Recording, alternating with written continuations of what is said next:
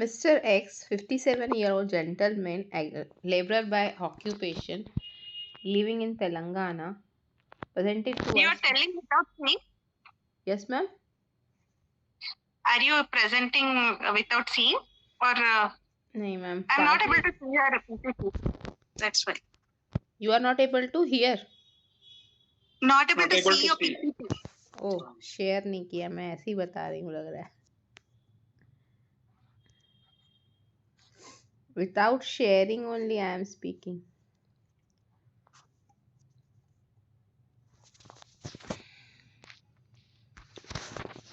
So, Mr. X, 57-year-old gentleman, laborer by occupation, living in Telangana, presented to us with the chief complaint of on and off vomiting after intake of solid food since 6 months, inability to take oral since 1 week, dyspeptic symptoms and vague discomfort in abdomen since 6 months, and early satiety once since 6 months, and loss of appetite and weight 7 to 8 kg over past 6 months.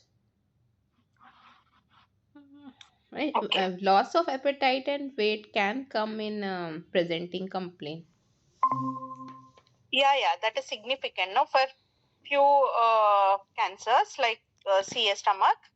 So it is significant history. So loss of appetite and weight, that is significant loss of weight. No, so that's why it can come in chief Okay. complaints. As narrated by patient, he was apparently all right 6 months back. Then he presented to us with a vomiting after intake of solid food of 6 months back. Initially, 1 to 2 episodes a day. Now vomiting 8 to 9 times a day till last week.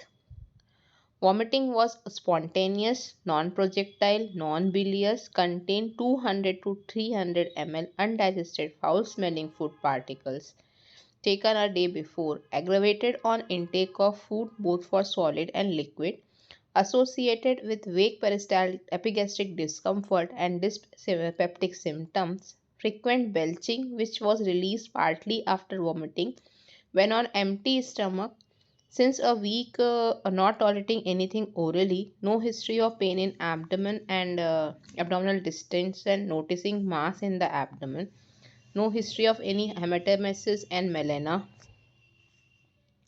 History also gives the history of early satiety, loss of weight about 8 to 9 kgs in the past 6 months, and he was 54 kg, now become 46 kg. No history of fever, night sweats, no history suggestive of bowel disturbances, no mixturational disturbances, no history of jaundice, no history of blood transfusion, no history of cough, chest pain, breathless, hemoptysis, low back pain, bone pain, headache. Uh, no history suggestive of distant metastasis ऐसे लिख सकते हैं क्या ma'am? हाँ, you can write. You can write no history suggestive of any distant metastasis. So no history suggestive of any dyspepsia and previous surgery, no comorbid illness. So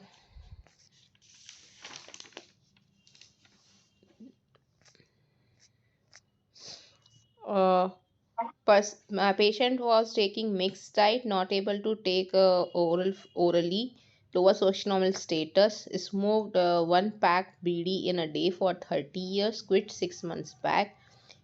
Alcohol consumption 30 ml toddy twice or thrice a week for past 25 years and quit 6 months back. Father of 4 children, sleep is normal, no known allergies, no significant history of malignancy or cancer related death in the family member. So, treatment patient evaluated outside with basic lab investigation was given some antacids failing to relieve symptoms. He was referred to tertiary care center for further management. So, to summarize, 57-year-old gentleman, smoker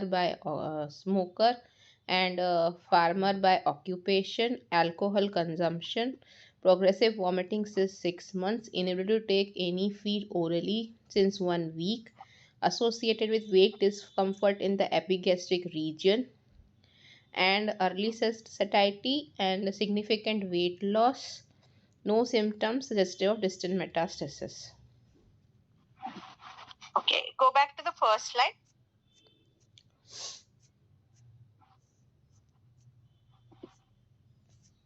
Yes, ma'am. Okay. So, what is the importance of this demographic history for you?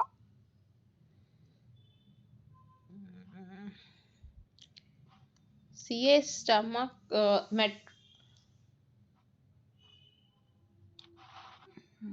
Age. okay. Okay. Early age Age. can be associated with the early age patient have diffuse gastric cancer more chances, Okay. So, and they can have demographic family history history also. in two aspects it is important. One is occupation. Okay. So, and one is age. Okay. So, with an age of presentation with stress induced jobs. So, peptic ulcer is one of the things that they can have. So, that way it is important. Age in case of malignancy and in case of peptic ulcer. So, both these play an important role. And some other where they are hailing from. So, in northeast Assam, that areas, smoked food is Food. taken, no? So Okay. their dietary habits are also important. So in that way, that demographic history is important. Now, Okay. chief complaints. So with the chief complaints, that is progressive vomiting with inability to take anything orally since 1 week. Okay, progressive history of increased vomiting and dyspeptic symptoms with early satiety, loss of appetite, and loss of weight. So, with this symptoms, what what is your most probable differential diagnosis? Most probably it is a gastric outlet obstruction, and since it is associated with weight loss, so it most probably due to malignant etiology. Otherwise, gastric outlet obstruction can be due to peptic ulcer disease also. Okay, so duration is 6 months, So it's right? a less duration. Yeah. So something is pointing towards malignant etiology, but we should confirm it. Okay, nothing is for sure, but you have a broad idea from your chief complaints that something is pointing early satiety. Okay, significant loss of weight and appetite with the loss of appetite. Okay, and progressive like dysphagia, not dysphagia, progressive Vomiting and increase in progressive vomiting, spontaneous vomiting with inability to take anything will point out towards some obstructive pathology, be it a benign or malignant. But with taking duration into account, you can think more of malignant etiology. So tell me what all can cause gastric outlet obstruction. Don't think that you are presenting CS stomach, okay? yes, ma'am. The patient will come to you with this complaint. So what all you think of from your chief complaints? Some extrinsic compression can also be there, like CA pancreas or CA gallbladder. Peptic ulcer disease can also benign ulcer or some leiomyoma or benign mass gist. Anything. So whenever you are asked differential diagnosis, just think it broadly under four headings. Okay, one is congenital, traumatic, inflammatory, neoplastic. These can be etiology, right? So now Congenital, you tell me. traumatic, So it inflammatory. cannot be congenital. Okay, congenital causes of GO can be what? Not in this case, but what can In it be? childhood, CH, congenital hypertrophic pyloric stenosis in Stenosis. students. Correct. So it is congenital cause. Hmm. What can be traumatic? Traumatic, any injury to Injury during in the form of surgery. Okay. hmm. So if they had any previous surgeries, okay, that has led to narrowing and that has led to obstruction, right? Adhesions and That all can, that can adhesions are yeah, that also can create obstruction. adhesions can be there, or previous surgery details not available. Hmm. It can be recurrent, some malignancies. All this can be traumatic causes. Okay. What are inflammatory causes? Peptic ulcer disease, tuber TB, and Hmm. inflammation. So okay, from your complaints, Hmm. do you think where you think it is a gastric outlet obstruction Hmm. or at the G junction? How do you differentiate between esophageal symptoms with that of gastric? Esophageal patient will have immediate vomiting, and patient or dysphagia will be the most prominent symptom rather than uh, vomiting. And dyspeptic symptoms, I think regurgitation will be with esophagus and vomiting with stomach. Yeah. Yeah, they might have this dysphagia with more of reflux. And as you said, the progress, And the yeah. character of the vomiters. Yeah. So this dyspeptic symptoms and upper abdominal symptoms may not be very significant. It's only in the chest. So they'll have this reflux symptoms, or they will retrosternal have, burning will be prominent in yeah, esophagus. retrosternal chest discomfort will be there. Hmm. Okay. Hmm. So that's how you can point out whether it is a GE junction or it's in the esophagus. It's in the outlet, gastric outlet. Okay. So yeah, what all other causes you didn't tell me? Inflammatory tuberculosis can cause Any stricture. lymph node enlargement, lymphoma in the That is neoplastic. Extra gastric causes causing compressive symptoms. Yeah, extrinsic compression because of lymphadenopathy. Be it a tuberculosis, rarely sarcoidosis. Okay. Any inflammatory pathology. Okay. Yes. So then coming to neoplastic. Neoplastic, what all neoplasms can be there? Neoplasm itself can be benign neoplasm, malignant neoplasm. Right. You should classify like That that. is And also you should classify luminal causes, extraluminal causes. luminal and extraluminal, and locally advanced other peripheral organs can also cause gastric outlet obstruction. So what all can be the possibilities for gastric outlet obstruction? Leiomyoma or GIST, and these are So the. first let's talk about luminal causes. Okay, first let us talk about benign causes. What can be the benign causes of gastric outlet obstruction?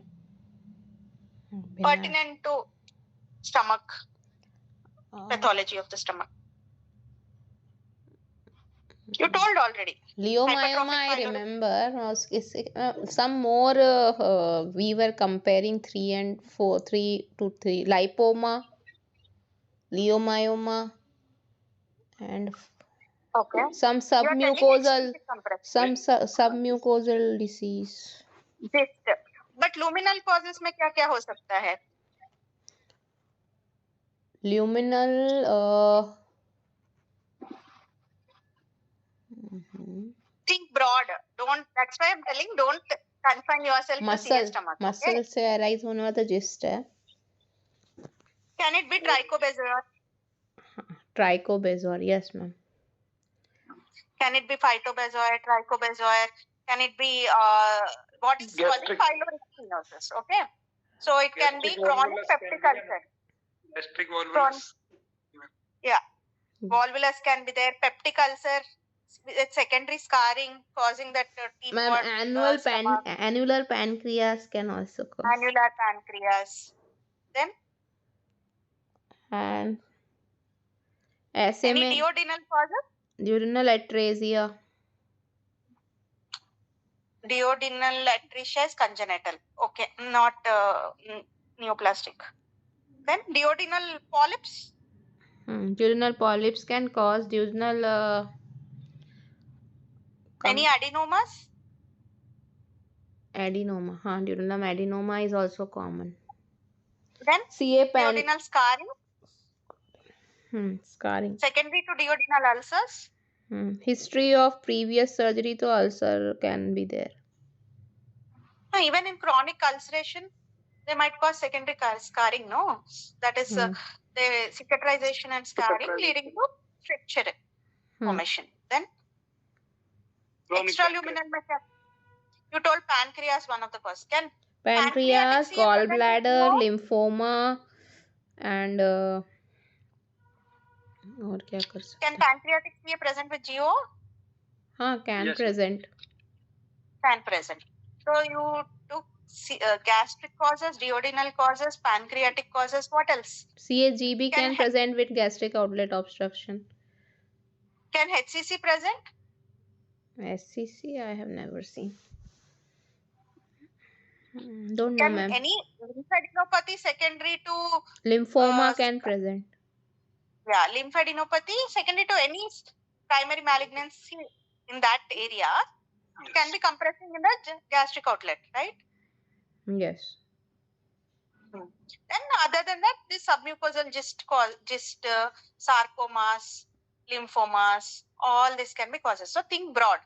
So it might not be CA stomach itself. Okay. So what will bring CA stomach later on also, when you tell final diagnosis also, you cannot tell it's a carcinoma stomach. So it might be Because something weight loss leading can to- be due to because patient is not having the food since 6 months. Nutrition patient का already there is nutritional his disease. then weight loss So can be. only thing that points little towards your stomach in this symptoms is early satiety. Okay. With dyspepsia. So these are more pointing towards your stomach symptoms. Yeah, next. Then what is important? What is the nature of vomiting telling you?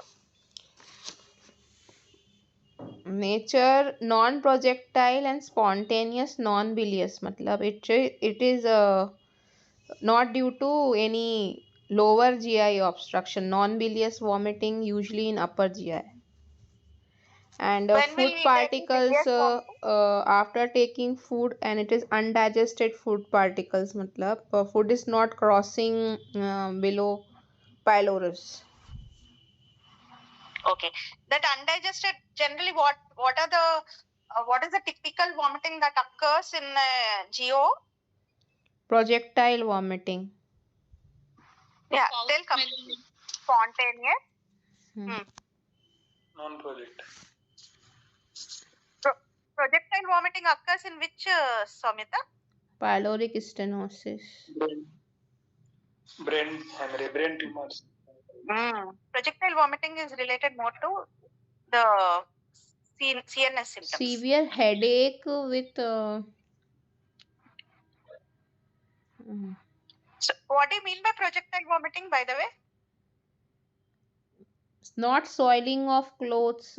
Patient clothes are not soiling while vomiting. So it falls at a distance from the patient. Okay.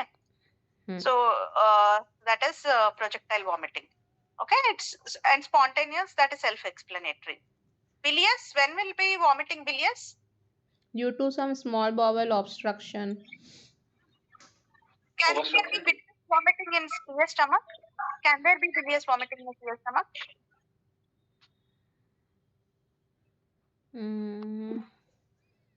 No, ma'am. Yes, it can be. Why not? In- For a bilious vomiting to occur, where should be the obstruction? It should be below below D2. with peritoneal disease. Yeah, below D2. Can it go beyond D2? No. Yes. It can go. Transmitted. It can go. In advanced disease, it can go. Yeah, in advanced, very advanced disease, generally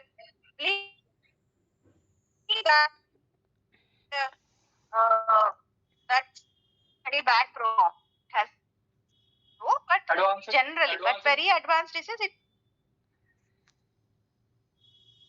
Advanced CA stomach with peritoneal disease. It can present with obstructive symptoms.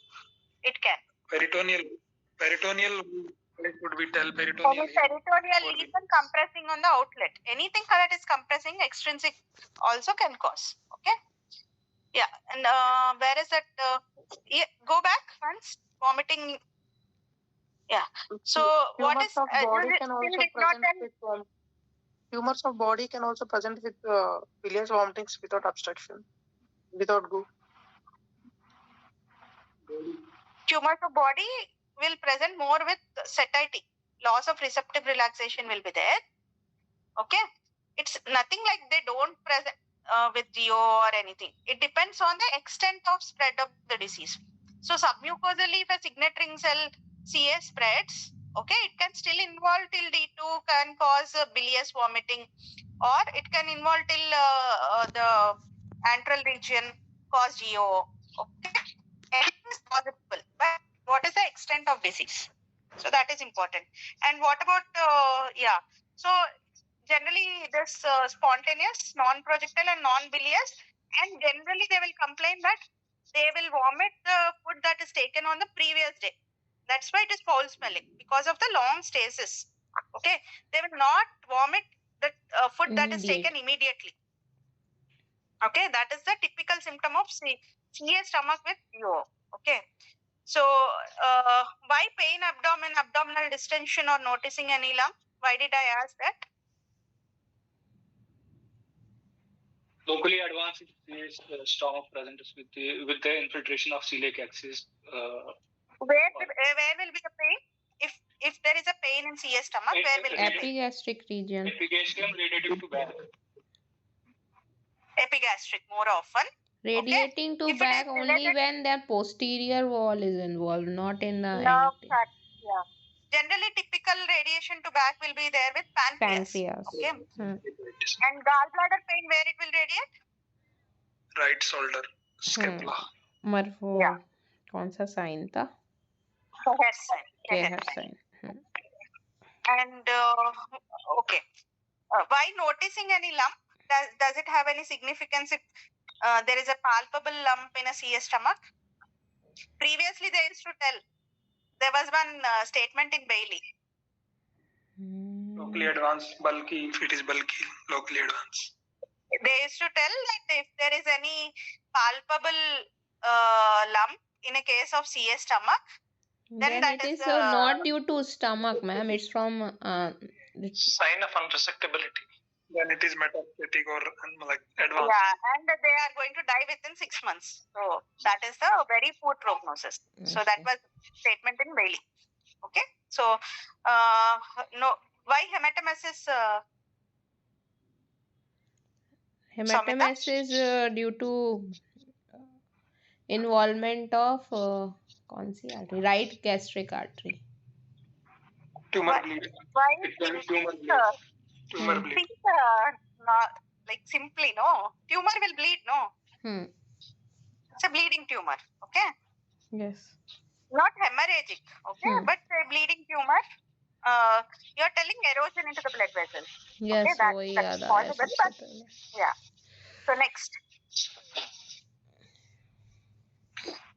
So in a gastric ulcer, which bleeds in which perforates? Which bleeds and? Which ulcer bleeds and which perforates? I mean the anterior, posterior. Posterior bleeds and anterior perforate. Correct. So yeah. So why is there early satiety in a CA stomach? Because cicatrization or I just told you. Diffuse sonoreceptive relaxation will be there. Yeah, loss of receptive relaxation. So they'll not have that stretching capacity. Our stomach, no, it will stretch. The more we eat, it will keep stretching and all. But they will not have because of this submucosal spread. Generally, this early satiety seen with this signet ring cells pathology. Okay, poorly differentiated because they'll spread through the submucosal layer and it will lose the compressibility. Like we have discussed the other day, no? So in a malignant lesion, there will be loss of the compressibility. Here it is relaxation. Okay, so that is how it occurs. What is significant loss of weight? More than 10% of loss of weight in 6 months. And more than 5% in 1 month. 1 month. 7.5 in 3 months. 7.5. 7.5 3 months. It is 10 for 6 months. 7.5 3 months. 5 20 in 1 year. 20 in 1 year भी है क्या? नहीं है, खाली 6 months दिया हुआ है. एक ईयर तो बेचारा जिंदा ही नहीं रहते वो. Okay. ये ऐसा ही है. 6 month, 3 month, 1 month. 10 to 7.5, 5. कुछ 1 week भी है, but इतना बस है. Yeah. So what I know is 10% in 6 months or 5% in 1 month. These two definitions is there. Okay. So what about fever, night sweats? Why did I ask?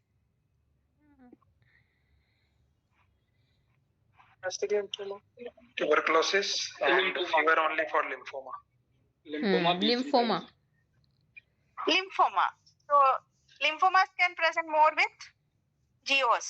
Okay. So what is like why melena occurs in CA stomach? Can melena occur in CA stomach?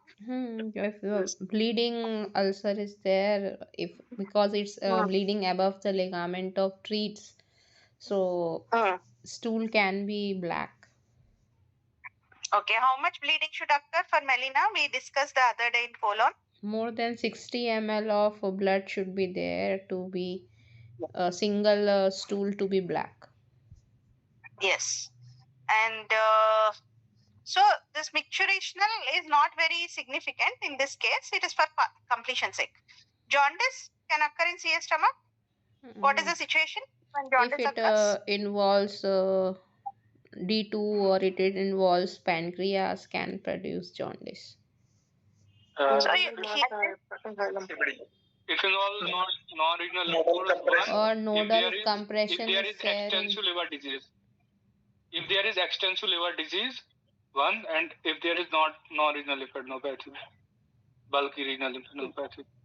yes, something causing CBD level Obstruction. obstruction. Okay, extrinsic lymphadenopathy, or as he told, that liver failure itself can cause. Okay, so why blood transfusions? See, at this level, think broad.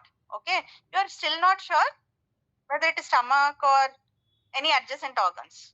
Okay, so why did I ask about blood transfusions? Blood transfusion, splenoma. Yeah. No, I think it is anemia. That means patient is losing Anemia. blood. Yeah, so it's a bleeding ulcer or not, to know that. Okay, so as you told that melena may not show off till at a 60 ml. Okay, so but he might become anemic, he might have generalized weakness. Okay, so that indicates that there is some bleeding. So there are indications, no? Even if patient is having bleeding or obstruction, okay, there are indications for surgery. Okay. First, preferably, rather than going for NSCT. Okay, so that's why. And these are all. Where does the stomach spread more commonly? Distant metastasis. Distant metastasis. Peritoneal and liver. Liver, huh? More common. Lung ही होगा और इसके बाद Peritoneal and liver are the most common. Frukenberg tumor. Female. Most common. Supraclavicular lymph node or iris nodule. Peritoneal, I think. First level of drainage. First level of drainage. Perigastric lymph nodes. Yeah, lymphadenopathy. Then peritoneal, na? Peritoneal. Washing उसकी stage. Peritoneal or omental metastasis. Not every CA stomach will have peritoneal, but it might have lymphadenopathy. That is more common. Okay. So next it will go to liver. Okay. Then it is to all other. That's supraclavicular, Irish. What is Irish? Axillary lymph Left node. axillary. Left axillary. Left axillary. Okay. What is Sister Mary Joseph nodule? Near around umbilicus. You know the reason why it occurs? Spread along the Transcelomic spread. Spread along falciform ligament. epigastric vessels, anastomos there with something. Because of too much metastatic burn in the liver, when liver gets fully occupied, it then shifts the retrograde flow towards the ligaments, especially towards the falciform. So it directly indicates that liver is full of mets and the retrograde flow has happened towards falciform ligament. Yeah. And what about axillary? What is the route of spread? I mean the Irish node? It is through mammary artery left with the intramedullary artery, not like that. नहीं Irish का नहीं पता मैं So can why it spread through transdiaphragmatic route? trans is diaphragmatic How will it go into thorax? thorax it can go by trans Supraclavicular कैसे होगा? Supraclavicular कैसे होगा? supraclavicular Junction of meta IJV and subclavian. Supraclavicular node from versus thoracic duct, it will go along thoracic duct, will get deposited there and then extravasation. So how does the axillary come? Axillary after supraclavicular, I think. So either it should go through diaphragm or it should be from the top above. Okay. Okay. So you see and tell me. Okay. And yeah. So what are signs of inoperability in a stomach, Saumyta? There were some 7 signs, no? So that 7 signs so if you see that, you say supraclavicular lymph node palpable, Bloomer shelf nodule, systematic Joseph nodule और क्या अभी 3 तो बताया ये Irish node something related to major vessels. पल्सेटा नहीं this in CT scan also we can say क्या See, prior to this, there is a difference between operability and resectability, right? So what other day, I think it was there in group. What is operable? What is resectable? Operability we decide on the patient patient and resectability surgery. is regarding the tumor. Yeah. So see some performance now you say, status yeah, if it is including the patient's performance status along with the tumor characteristics, it is operable. Okay. If resectable is only pertaining to if you can resect the tumor completely or not. Okay. So like route of mesentery involvement. So these all things ma'am you I cannot was resect, not right? Thinking कि हमको अभी आप बोला कि sign बताना है ना sign तो व्हाट वी कैन एग्जामिन अभी इमेजिंग में बताना है then I will say in imaging Yeah. Tell imaging only.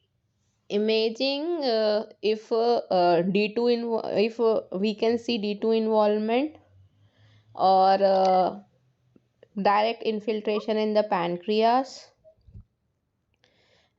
the omental mets or peritoneal mets then route of mesentery or disseminated disease ascites and other things you told. Supraclavicular. Regionally, it is celiac axis involvement at the root. celiac axis or root of mesentery. So, mostly celiac axis involved by node हमेशा because stomach तो direct infiltrate celiac axis में usually नहीं करता है node enlarged node रहता है वो celiac axis को involve करता है sometimes enlarged node is there in middle colic artery and transverse colon area also. So when you cannot get the posterior margin from the pancreas, when it is involving the root of mesentery or celiac axis, main celiac axis involvement, when there are disseminated peritoneal metastasis, okay, extra abdominal disease, means if you have something in thorax or there is a supraclavicular lymph node, okay, Hmm.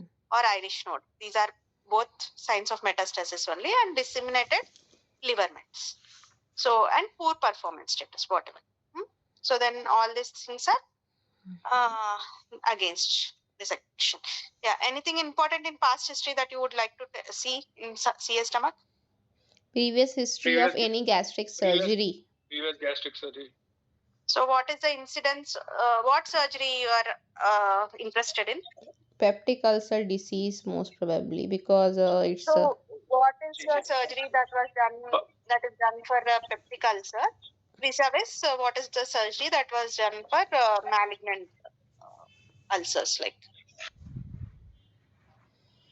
what is the usually type of GJ? In other words, ruin. So Normally in peptic ulcer, ma'am, omental patch the people are doing. No? so that is very previous surgery concerning to the this patient would be if there is bypass surgery, which increases the risk of biliary reflux and increase the incidence of cancer. I'm asking in the sense, what is Billroth 1 and Billroth 2? Billroth 2 in this patient Direct. will be of Hmm. Billroth 2 will be of significance in this patient. Billroth 1 direct resection and reconstruction in the same. There is no Roux-en-Y. In Billroth 2 we are making Roux-en-Y limb. Roux-en-Y in afferent and efferent limb, and Roux-en-Y is different method. Loop gastrojejunostomy. So which are we interested here? Billroth 2 loop gastrojejunostomy. So what is the incidence of the recurrent what is this what do you call anastomotic site ulcer? Okay, stump ulcer. Stump carcinoma. 15% in 10 years. I'm guessing. 15% is In 10 chances years. of malignancy बोला था उसने ऐसे 15% in 15 years. I remember 15% in 10 years, but just check it once. Okay. So yeah. So stump carcinomas are good, bad. yes ma'am. One point, madam. Are stump carcinomas good, bad? Stump Good, ma'am. carcinoma. As they record locally, even after 10 years, they are locally recurring. Generally, some CS will do bad. Okay. So, have you heard of gastrojejunocolic fistula? Gastrojejunocolic Yeah. fistula. So they even though they are localized, loco-regional spread is very advanced. So symptomatically, patient will be very bad, and also prognostically also they'll do very bad. Okay. So and what else? Yeah.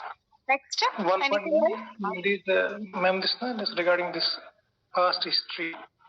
But previously, it was the incidence of this stromal malignancy was very high as compared to nowadays. When now we rarely see it is because previously they were doing surgery for peptic ulcer plus vagotomy. Yeah. Now the pantoprazole and all have come, no? So they're not doing anymore. So because of vagotomy, what happens?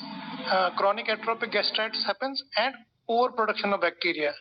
These both were contributing to stomal recurrences and further cancers. Now it is very rare because now we don't. Why does acid peptic disease cause?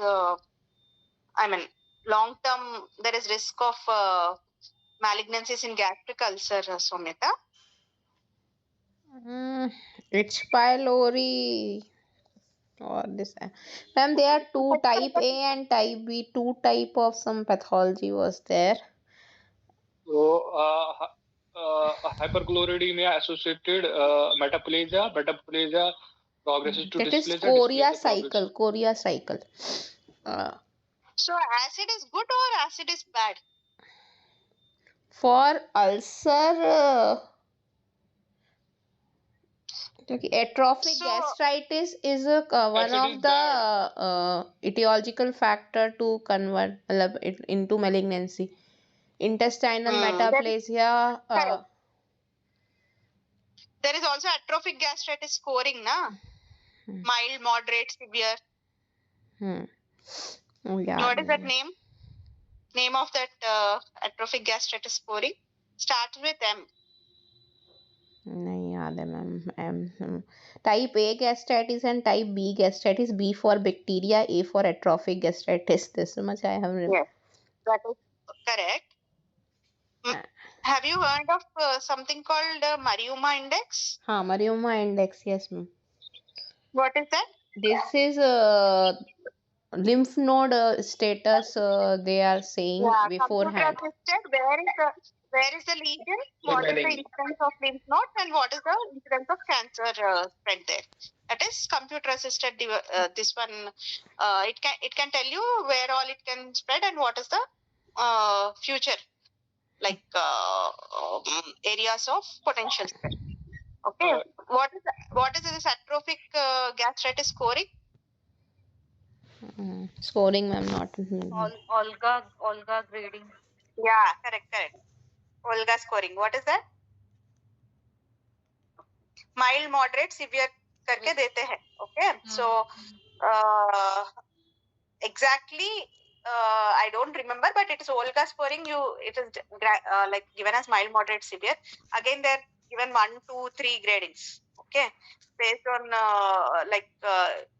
whether atrophic gastritis is present or not, and where is the site of ulcer. So all these things. One red and green and yellow diagram, मतलब picture was there. We'll see. So that is Send Olga that scoring. screenshot. मैं याद आ गया कहाँ पढ़ा था. Then anything else in past history that you are interested in?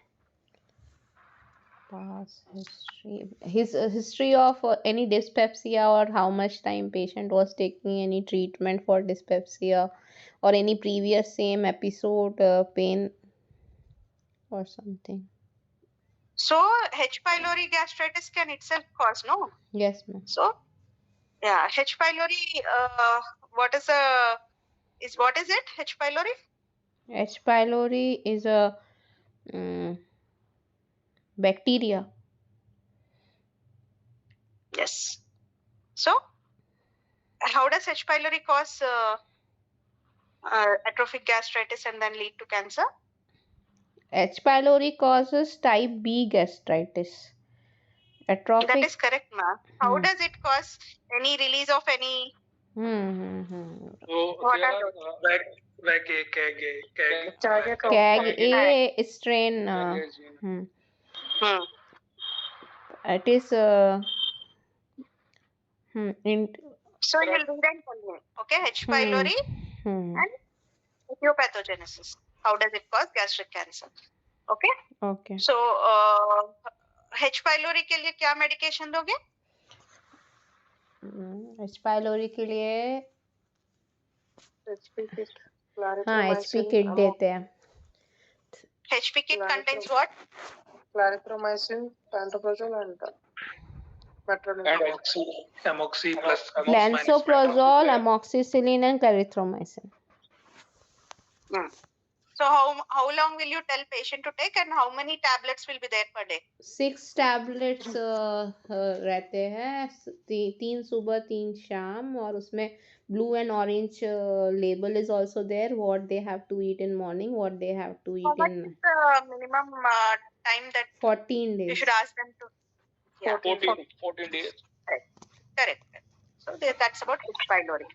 So what other? So we have covered smoked food.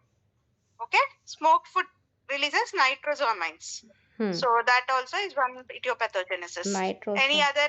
Well food, fish food. Yeah, well, salty. Well water. Non-refrigerated. Salty food. Refrigerated food is one of the prevention for the gastric cancer. Yeah. Non-refrigerated.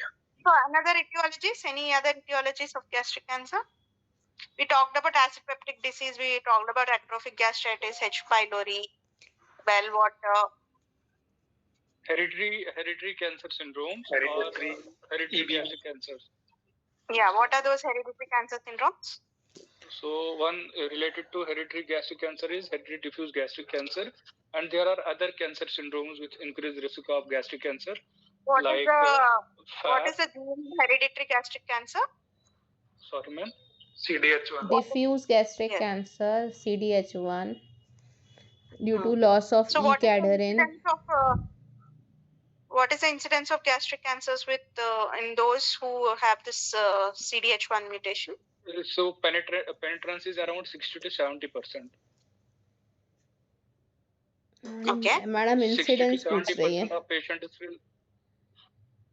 So 60 to 70% of patients with CDH1 mutation will develop gastric cancer, and only 1% of gastric cancers are due to Associated with. yes, are associated with hereditary diffuse gastric cancers.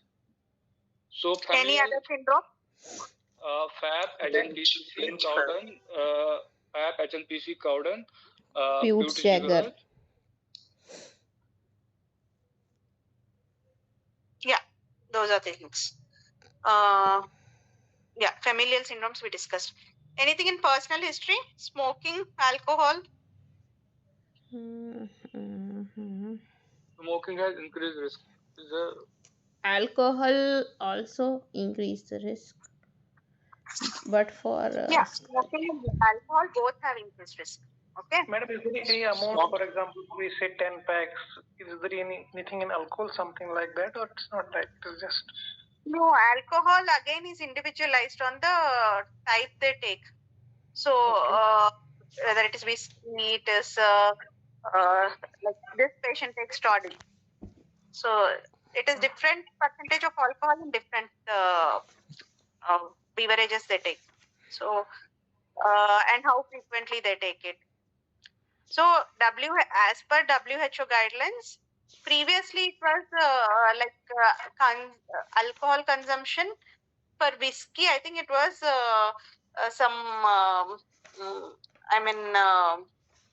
the allowable limit was some 20 to 40 ml. Okay, and it differs in ladies and gents. Madam? Yeah, per Less week. than- So Less than 20 ml doesn't increase, is not associated with increase. yeah. For ladies it is different, for gents it is different. Ladies have less tolerability. But gents, I think it was 40 and ladies it was 20. So, as per recent WHO, no allowable limit. It's not allowed. So that is the thing. Okay. Smoking, as such, same thing. So it will cause irritation, free radical release, all those things. Right. So past over, personal over, family over, treatment. How is your treatment history related to your gastric cancers? treatment history. Treatment is one surgery. Another one is pantoprazole or any usage of any such drugs. History of radiation in the upper abdomen. Yes. So these all are one clues. Any occupational increase? Gastric cancers में है? I don't remember, ma'am. ऐसा तो कुछ याद नहीं आ रहा.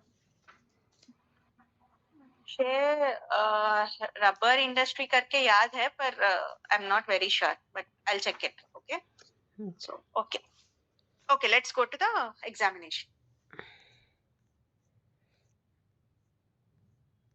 Acha, what will be is the amount of vomiting important, Saumyta? Like, what is the capacity of the stomach? Normal capacity. 1.5 to 2 liters. Yeah, 2.5 to 3 liters in absence of any obstruction. It can stretch, okay? So, but when they vomit, the amount is important because they will say how much amount, suppose 300 to 500 ml. So, out of 3 liters, if they are vomiting only 300 ml, so it is starting. But if they have consumed and vomiting all the food that is taken, then they have already advanced disease, okay? Complete obstruction, not impending. So that's important. So, yeah, now you go to this one. We'll see. Examination. I have examined my patient in well-lit room with proper informed verbal consent in the presence of male attendant in a lying position. At the time of examination, lying comfortably in supine position, ECOG 1, performance status 1, height 5.3 inch, weight 46 kg, BMI 16, less than 18, matlab it's a malnourished patient. Malnourished. Moderately built and poor nourishment, widely afebrile, widely stable, tachycardia, BP सब ठीक है. Conscious So what is oriented. important in this? If patient is in gastric outlet obstruction, can have BP or in bleeding, BP can be less, tachycardia can be there. So in that Generally, condition, outlet obstruction will have tachycardia, hypotension. Okay. And they might have tachypnea because of the distension. Okay. okay. Then what about performance status? How is it important in CS stomach? Less than 70 matlab Puswami and ECOG status more than 2 means patient cannot be taken for upfront surgery, or any float also patient cannot take float also. Okay. And do you suppose patient with gastric outlet obstruction? So how do you want to make patient fit for surgery? Suppose very nutritionally malnourished. Then we In will gastric start outlet TPN for obstruction. the What all patient. things you will We can start TPN for the patient, and we will rehabilitate before surgery to do choices, PTN, spirometry, and TPN. And Spirometry, electrolyte anything else? imbalance is there, then we correct electrolyte for the patients. Correct. So how many days before you want to start TPN? At least 3 days before surgery. This is 5 days to 1 days. week.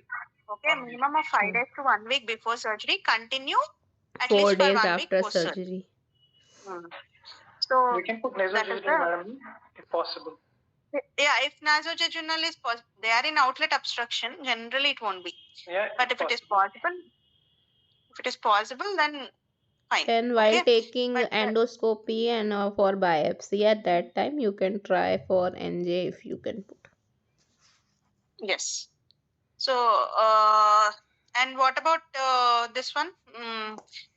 Moderately built and fully nourished. Okay. BMI is important. Okay, to prepare for surgery. And what pallor will indicate that it's a bleeding ulcer and all. Nutritionally also, when they go down, they'll help pallor. Jaundice we discussed already. So clubbing, any chronic disease with clubbing will be there. Okay. Generalized lymphadenopathy also we discussed. Lower limb edema. Nutrition status बताएगा, but इतना इसका poor nutrition है, oedema नहीं है. Yeah, and very important in CS stomach is hydration. Okay, whenever patients of gastric outlet obstruction come, you should tell about hydration. Okay. What electrolyte imbalances you would like to correct?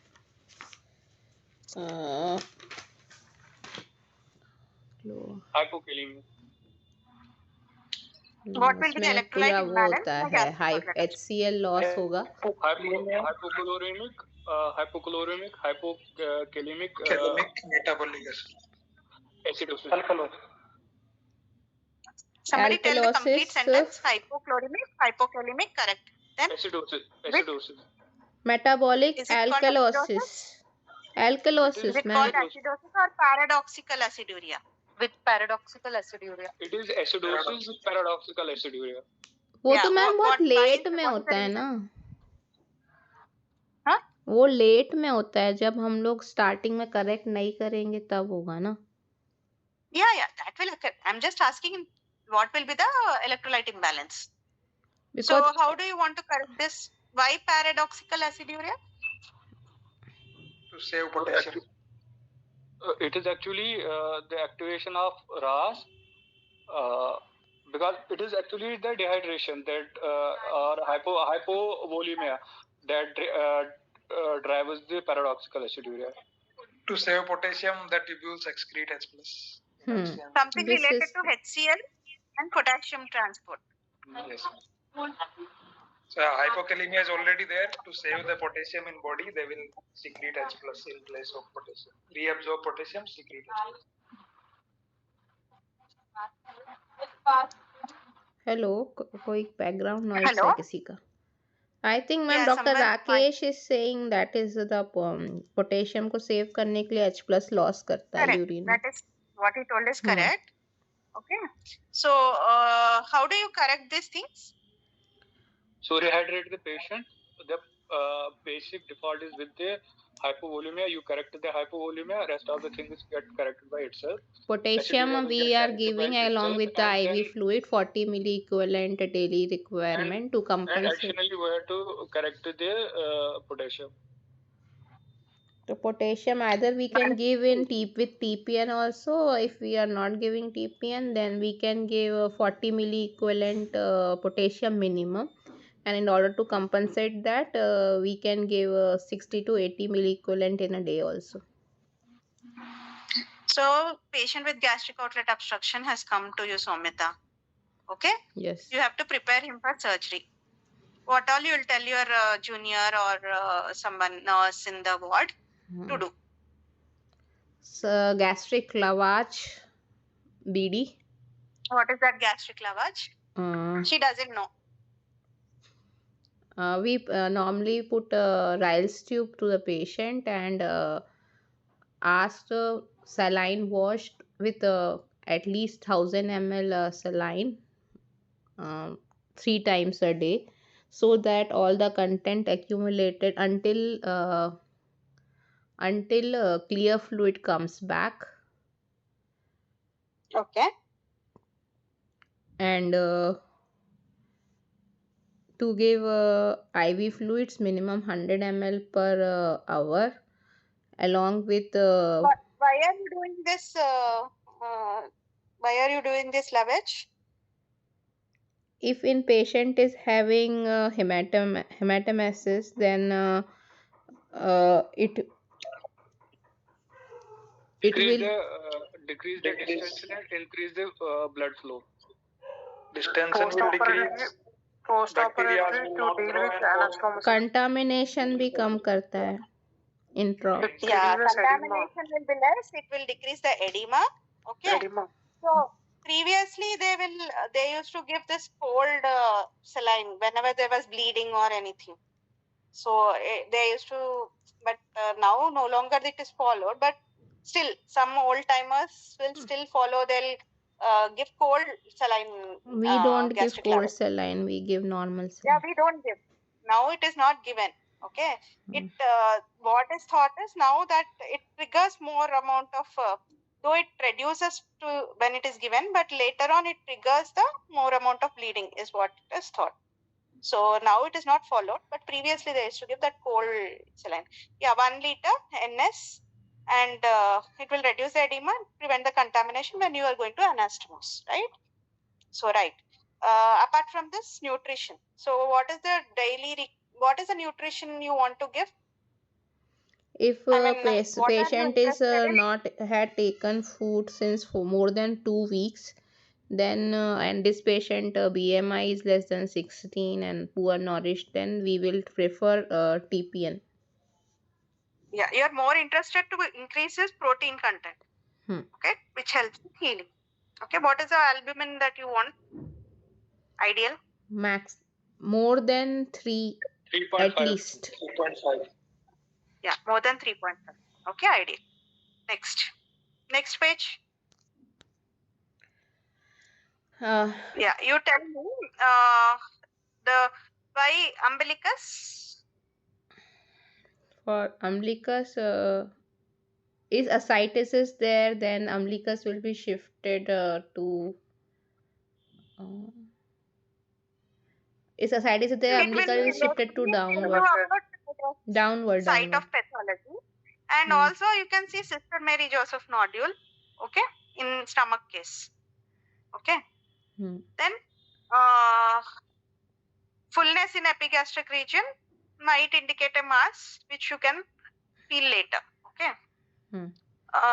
Why dilated veins? What is visible gastric peristalsis? Visible gastric peristalsis when in gastric outlet obstruction.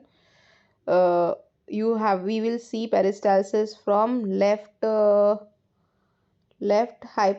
left hypogastric region, hypochondrium to right side, right lumbar region, or towards umbilicus. Left to right peristalsis, right? Hmm. So how do you look for VGP? What are the things, if you are seeing VGP, like what are the prerequisites for VGP to be visualized? And where is it absent? Where it is? Absent. When We'll give something patient some liquid to swallow. 1000 ml fluid should be there ना ma'am कितना ml देना है? Yeah, when will you give? And after how much time will you see? And that is related to succussion splash. Yeah, correct. But for VGP to be visualized, there is. Will you see VGP in all the cases of CS stomach? No. Obese patient is different, madam. Sorry? In obese, very obese patient, it is only when they are emaciated, it is more pronounced in those. And in case of diffuse gastric cancer, it won't be there. It is only in this ulcerative growths in the distal. So why is VGP caused? Because the stomach is trying to propel in from left to right. So when will stomach try to propel? If it is not going In obstructive cases, it will try to do extra work to push the food in the duodenum, but still it's not able to. Normally in us they don't see peristalsis, right? Yes. Only in patients with CS stomach with frank obstruction, you will be able to see VGP. Okay. Now coming to succussion splash. Okay, what is succussion splash? It is the auscultatory sound when a patient is moved rigorously, containing when. Yeah, I have never understood this. It is a method where we keep the bell of the diaphragm on the stomach and stabilize it and check the abdomen vigorously side to side, indicating the presence of gastric outlet obstruction. It is again sign of gastric obstruction. How will you do it? In all cases, will you be able to hear? So, suppose I am lying down, so you want to see suction splash. One thing we have to after 2 hours. So succussion splash can be present in normal individuals also. It just indicates that the stomach is full of liquids. So it is present in normal individuals within 1 to 2 hours of consumption of these liquids. So if it is present beyond around half an hour to 1 hour, it is pathological. So if you want to check for succussion splash, you should have patient should have taken something. Okay. So before you utter suction splash in exam, be very careful. Succussion splash and auscultopercussion में ये when you trace the greater curvature, they all need taking of some liquid at least 2 hours before. Okay. And 2 hours we won't get for examination. Yeah, that's right. When you utter, I couldn't demonstrate is one thing, and most of the cases that you get might be recompressed. Okay, they would have put in Riles tube because they'll not keep patient who is in discomfort for an examination. So be careful when you tell that it is present. Okay, so yeah. So how do you trace this auscultopercussion? में क्या करोगे? And how do you stimulate peristalsis? From where do you see this peristalsis? So you have to stand tangentially, okay? And stimulation of the peristalsis will be like by flickering touch or by cold water, okay? Then that will stimulate peristalsis and you might be able to see, okay? And how do you trace the greater curvature?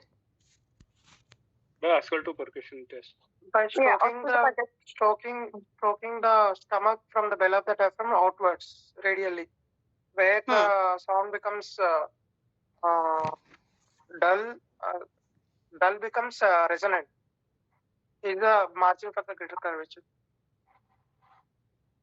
So how are you marking the greater curvature?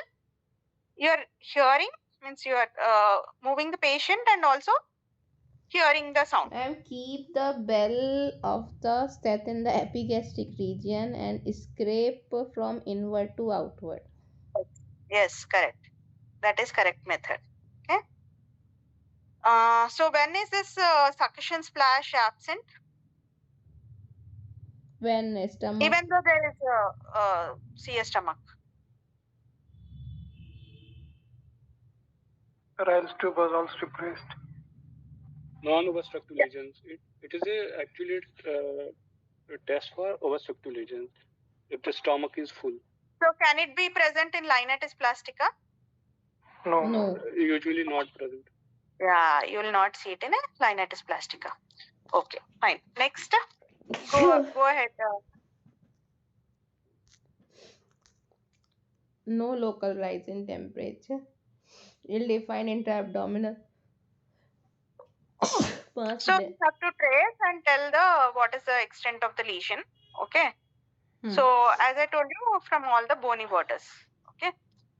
And from we right or left coastal मार से बता दूंगी upper तो and lower I will say from umbilicus. yeah, you can tell from umbilicus, but umbilicus is also not constant. So, but roughly when it is an epigastric mass, you can tell. Otherwise, you have to tell from pubic symphysis. Okay. Okay. So, yeah, one more thing. What is tree top mobility? What is? Tree top mobility. No Seen idea. in mesenteric cyst. No, mesenteric cyst mobility is different. That moves perpendicular to the line of attachment. What is tree top mobility and where is it seen? No idea, ma'am. I'm asking you in this context means it should be there something in the epigastric. Epigastric. Epigastric में तो pancreas ही होता है ma'am इसके बाद. So it is seen with pancreas only. Okay. Pseudocyst. Yeah. Well, how does the tree top move? So it is fixed on a, it is from the retroperitoneum, but you will see the mobility above. Okay. Okay. You write, bachpan mein you draw a tree, na? So Yes. the stem of the tree is constant. Only the top of the tree moves over that fixed axis. The stem of the tree is nothing but it is the retroperitoneal part of the mass. Okay. And the top of it, what is the tree top moves. That is seen in a pancreatic cyst. Okay. So then, yeah. External genitalia in CS stomach, Krukenberg के लिए देखना है, ठीक है? Then, yeah, next. No free fluid, no mass. Mass is dull on percussion. Succussion Succussion flash flash could not be elicited. Ausculto percussion could not be elicited. No brute heard. Normal bowel sound heard. Digital rectal examination. Sphincter tone normal. What do you want to see in the CS Melena, stomach? Let us. no melena. And Bloomer shelf nodule. what is Bloomer shell? Why it is called shell? Why it is called? It is actually the peritoneal deposit, and they feel like a shelf. You can get above it, then it feels like a shelf. Yeah. It is just a peritoneal deposit in the POD. Rectovesical pouch. Okay, next. So, other system is normal. So, from your history and examination, what will be your differential diagnosis? 57-year-old smoker, alcohol, progressive vomiting since 6 months, and suggestive of distillment. Was dehydrated. Now you have to see. You start with a broad diagnosis, narrow down. You should have differential diagnosis in abdomen. Okay, don't tell just I have one diagnosis. In abdomen cases, don't tell that. Gastric outlet obstruction can be due to benign or malignant cause. From primary, Benign you peptic ulcer can be there, and malignant. unlikely no Saumyta, because there was no history of acid peptic disease. There was no history of any intake of antacids. Okay, it is since 6 months. Okay, so it's unlikely, less likely. No? और कौन सा इतना जल्दी में और कोई benign नहीं हो सकता ना. No, it's not about telling only benign or malignant. You can tell in malignant also different. Is it only due to CS stomach that you're thinking, or any other extrinsic compression or any head of pancreas? All this can be your DD. Okay. Yes. So what do you think? If you want to give 3 DDs in the order, then you might have stomach. CS stomach. Okay, that is your first diagnosis. So gastric outlet obstruction in a patient with CS stomach, most likely with an antropyloric growth. Okay. Second,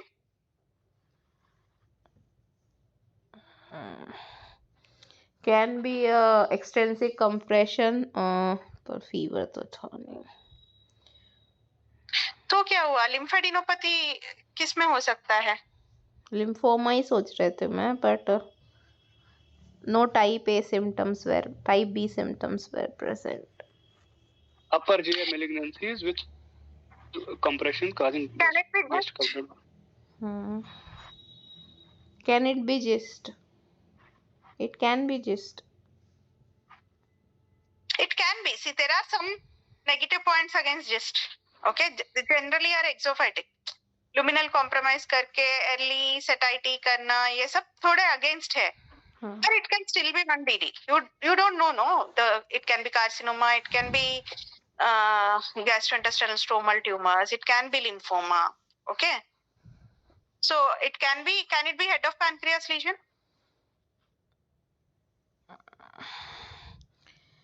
Actually, ma'am, because there is no jaundice, so I am not thinking of not telling CA pancreas and CA gallbladder. Because to cause them gastric outlet obstruction, they will Gallbladder में jaundice necessary है? How many gallbladders you have seen with jaundice, Saumyta? In every OPD, ma'am, I think 40 to 60%. 40 to 60% is the incidence of jaundice. Not for GB. advanced gallbladder usually present with Yeah, advanced that you say, but generally gallbladders they'll have pain abdomen. Okay, dyspeptic symptoms. actually when gallbladder, those who got gastric outlet obstruction, they will be like उनको PTBD भी कराना पड़ेगा. So मतलब for me saying gastric outlet obstruction but patient is not having jaundice. Gallbladder with lymphadenopathy can cause. Gallbladder can lymphadenopathy can cause. So it can still be. See, you are telling in order. So most probably it will be like malignancy of the stomach. But when you are asked to tell at least 3, so you keep it in mind. Maybe from the stomach, maybe from the gallbladder, maybe due to lymphoma, extrinsic lymphadenopathy. So keep it down the lane. You can tell some rare things. You can tell this is going against it, but I would like to keep it in mind. Okay. So next. So what do you want to do? How do you proceed? I would like to stage the disease. I would like to do endoscopy for this patient, and after endoscopy, according to the endoscopy report, I will decide my imaging. Yeah, again, same thing. You confirm your diagnosis, stage the disease, and for management. Well, ma'am, I thought kids, if it's not malignancy, then if we did endoscopy and it is from extrinsic compression, then we won't be able to do biopsy, na? No. I'm telling you, you can tell the investigations. What will be order of your investigations? USG abdomen. USG, so we usually don't do for these patients. Endoscopy, CECT. These are the two investigations we do. So upper G endoscopy is mandatory, right? Yes. So whenever GO patient comes, first thing you do is First stabilize thing him. we admit the patient and admit the patient, see the basic blood investigations, correct them, right? So work. Put RT, So Foley's that they are and all all for this. management. Okay, they're all for management.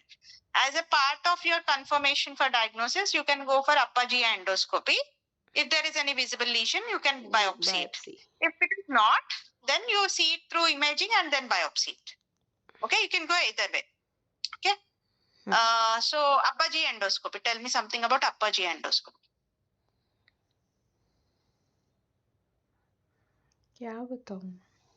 Upper GI endoscopy. What is the length of upper GI endoscope? 120 centimeter. Kitna? 120. Yeah, right. So now, what all you want to see in an upper GI endoscopy in a patient with these symptoms? First, we will see G junction position from and G junction position from the incisor. Then we will enter to the stomach. We'll see the lesion, where it is, and if we are able to see any mass or lesion, our scope is negotiable or not, able to cross in duodenum or not. And type of disease, ulcer, infiltrative or proliferative or mass polyp, is any bleeding, and along with that we will see the any other lesion in the stomach along with that. And we'll take biopsy if lesion is visible from most representative area, and after coming time we will do J maneuver to see the fundus and all, and we will come out. Okay, so you'll comment on growth. Okay, what is the nature of growth? Where it we is? can say that Borman classification also we can mention ulcerative, infiltrative, or flat or superficial, whatever we are able to see we can, because according to that we can decide margins.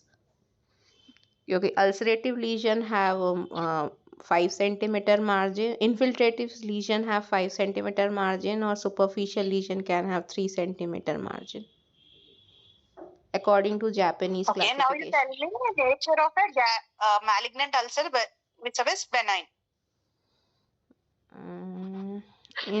How does benign ulcer look and how does malignant ulcer look? Necrotic area will be there, size more than 2 centimeter, hyperemic, और क्या बोला था? Size is not a criteria. It's nature of the ulcer. What are the margins? How are the edges? Okay, bleeding. There are two types necrotic of areas. Where is it present? Generally, where are the benign ulcers present and where are the malignant ulcers present? Generally. Which curvature? lesser curvature, benign ulcer present. Because Greater curvature, hot fluids and all passes in from lesser curvature. Yeah. So, yeah. So previously they used to do this barium meal. Okay, they used to see that Carmen meniscal sign and all those things. Okay, so barium meal is not done nowadays because we have all this advanced things. Okay, barium meal follow through, barium meal are done for this one. Barium swallow is for esophagus. Malignant Enema is for ulcer, rectum. ma'am, they told one book I was reading, the loss of convergence of mucosal folds and everted Folds. edges Yeah.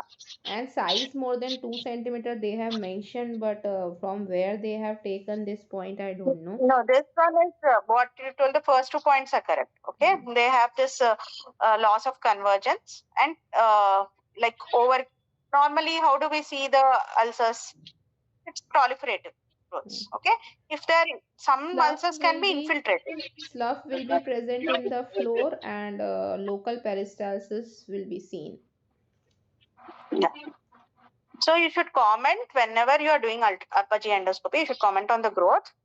Okay, site size, position, any bleeding is there, nature, and then any other growths are there or not.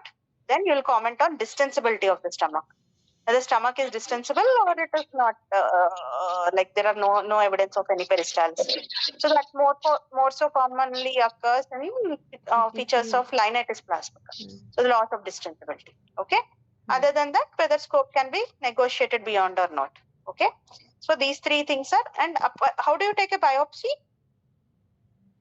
6 to 8 biopsies from most representative area. We will try not to take from necrotic. We will try to take from the edge of the ulcer. Okay. So what is well biopsy? What is? Well biopsy. Well. WELL. Well. नहीं पता ना. Anyone else? What are well biopsies? Well कैसा होता है? Normal well.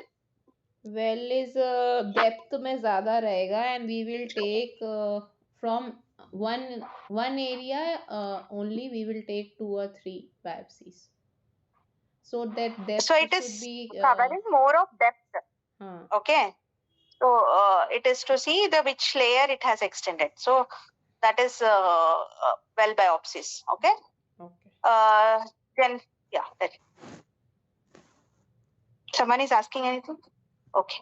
So suppose that you don't see any lesion, Saumyta. Okay, but outlet obstruction is there. So what are blind biopsies?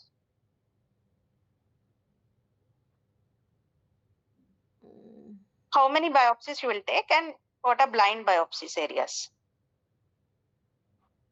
Hello, Saumyta left, huh? No, ma'am, not left. I'm thinking. For esophagus, I was aware, but from stomach, I am not aware. That esophagus 6 and protocol was there, na? Ki from every 1 centimeter 4 quadrant. उसका क्या नाम था वो criteria का? Anybody remember? For Barrett esophagus, we were doing that, na? Seattle criteria. Seattle criteria. For stomach, ma'am, I am not aware. So if you have to take it from greater curvature, lesser curvature, okay, in the antral region, okay, from the body, and one more area is there. Okay. Where it is, ma'am? In which book it is?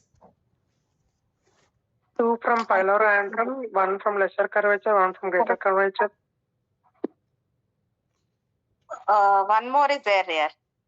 Incisura angularis. I don't remember exactly, but I'll tell you. Okay. So six blind biopsies you have to take. Okay. If you are not seeing any lesion. Okay. Then, so when will you not do a barium? Now it's not done, but when will you not give a barium? When you think there are chances of perforation. So there are more chances of perforation when there is obstruction. So कभी भी obstruction वो में barium नहीं देना चाहिए. Okay. Or yeah, that's it. So what is endoscopic ultrasound? Endoscopic ultrasound. I forgot to.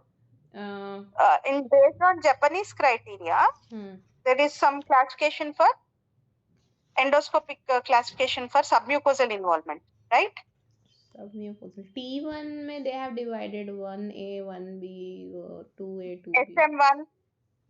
SM1, SM2, SM3. Okay. Then, so okay. Now you tell me first what is endoscopic ultrasound. Endoscopic ultrasound is a high frequency ultrasound.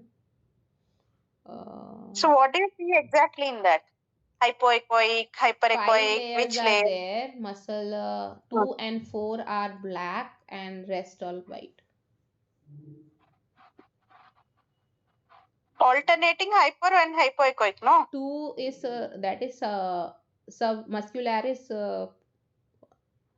4 is Muscles are muscularis black. propria. Muscles are black. हाँ muscles are black. तो 2 and 4 बोल रही हूँ ना मैं. सब mucosa था क्या वो? What is mucosa? How does mucosa look like? Mucosa will look Hyper, white, hyper. ma'am. White. Hyper. Hyperechoic. Hypo. Next layer, submucosa. Submucosa will look black. No. There are alternative Muscularis propria. Muscular propria is black, again submucosa is white. Am I hearing disturbance? There is some disturbance here. I'm not able to hear anyone here. Submucosa is also white. Submucosa, ma'am, muscularis mucosa is black and submucosa is white. Muscularis propria is black and serosa is white. Who is there making noise? So, when is this endoscopic ultrasound useful?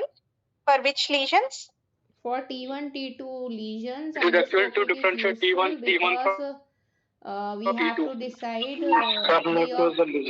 free of chemotherapy should be given or not, because among early lesions we cannot distinguish in CT scan. T3, T4 we can see clearly, and for T2 angio, it is highly It is not useful for to chemo. differentiate. It is not for chemo. There is something For called endoscopic.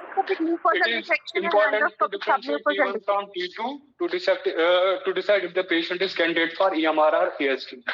Yes, that is correct. Okay. So, do you see lymph node? And US has one speciality also, that you can do a FNAC from lymph node. You'll also see the lymph nodes, perigastric lymph nodes. Okay. So generally on EUS you can see the lymph nodes with loss of halo, fatty hilum. They'll be more spherical. Okay. So it's not only on CT, you can see on EUS also. So you can as well take a FNAC. If you feel the patient has advanced disease, okay, and you're not able to see any lesion, but you can take the lymph node FNAC. So that is also one advantage of EUS. Okay. So apart from that, next in this imaging, what do you want to do in stomach? CCT, thorax, abdomen, pelvis if malignant, biopsy is malignant. CCT? Thorax, abdomen and pelvis. Okay, fine.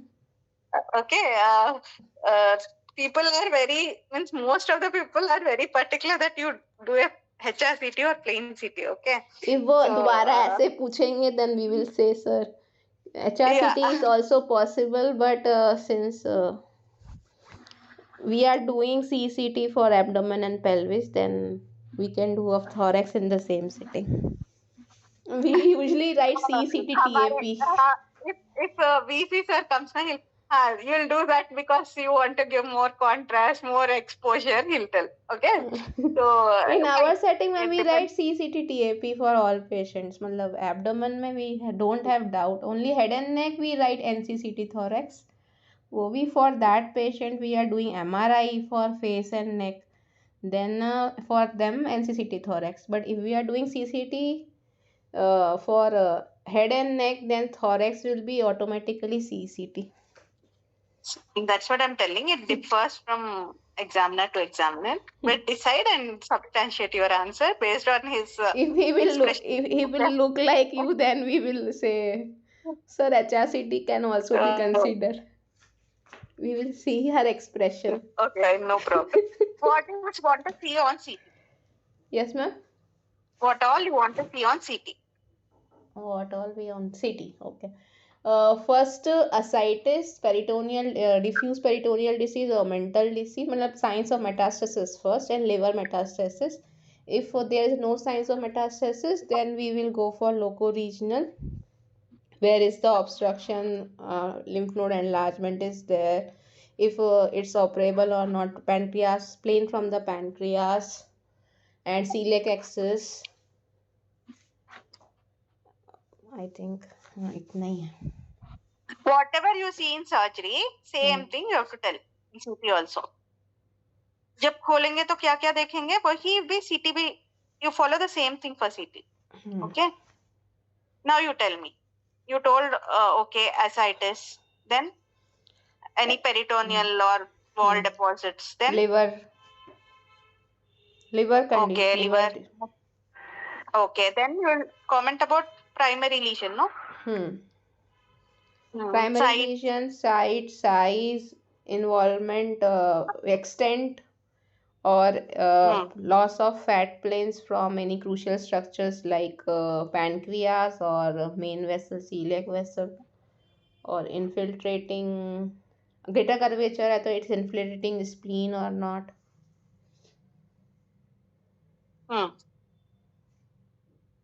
Lymphadenopathy? Lymphadenopathy, yes ma'am. और lymphadenopathy bulky lymph nodes है कि extend large lymph nodes है पर less than 1 What is centimeter. the lesion's relation to vasculature? Vasculature mainly left gastric artery or celiac axis, because from there we decide operability. So any regional or non-regional lymphadenopathy? Yes. Then anything else? Involvement of adjacent structure, T4B lesions. Yeah, relation to the adjacent structures. Colon, pancreas are the main structures where we see, na ma'am. Even colon can be there, no? Transverse colon. Colon, pancreas, 2 organs. Okay, and you'll see omental thickening, anything like that, which will indicate omental metastasis. What is root of mesentery? Root of mesentery. And then, what is the nature of a malignant node on CT? How does it? More than 1 centimeter, hypodense, loss of size, shape. Hypervascular, round in shape, mostly nodes. Rounded more than 1 centimeter, hypodense, heterogeneous. Okay. So, other than this, any extra abdominal disease is that staging for thorax. Okay. And yeah. So, next what after CT? According to biopsy and performance status, what अभी कुछ What is the role of PET-CT in a CS stomach? What is the role of PET-CT in a CS stomach? Usually in upfront setting, PET-CT is not recommended by NCCN. What is the problem with PET-CT for CS stomach? If mucinous or signet ring cell carcinoma is there, then PET-CT scan is not that helpful. And for that, CCT can be done. And well-differentiated cancers also, PET scan is not that good. No, PET-CT can actually upstage the disease in 20-25% of patients, but in 50% of the patients, but in 50%.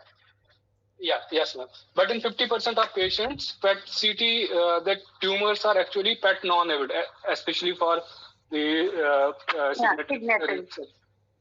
Okay. And second thing is, if the patient has pet-avid disease, it can be helpful to see the response to chemotherapy early, even after 2 weeks to 3 weeks after initiation of chemotherapy. So only Yes. tumors who are So, pet-avid, we should do what PET are the what is the diagnosis for which you want? No, I want PET CT in this. What is the diagnosis pertaining to stomach? I'm asking that you will prefer PET CT. Poorly differentiated cancer. Nare. Lymphoma. Some out of cancer, lymphomas. Okay. So lymphoma is one thing that you would prefer PET. Just also investigation of choices. CT.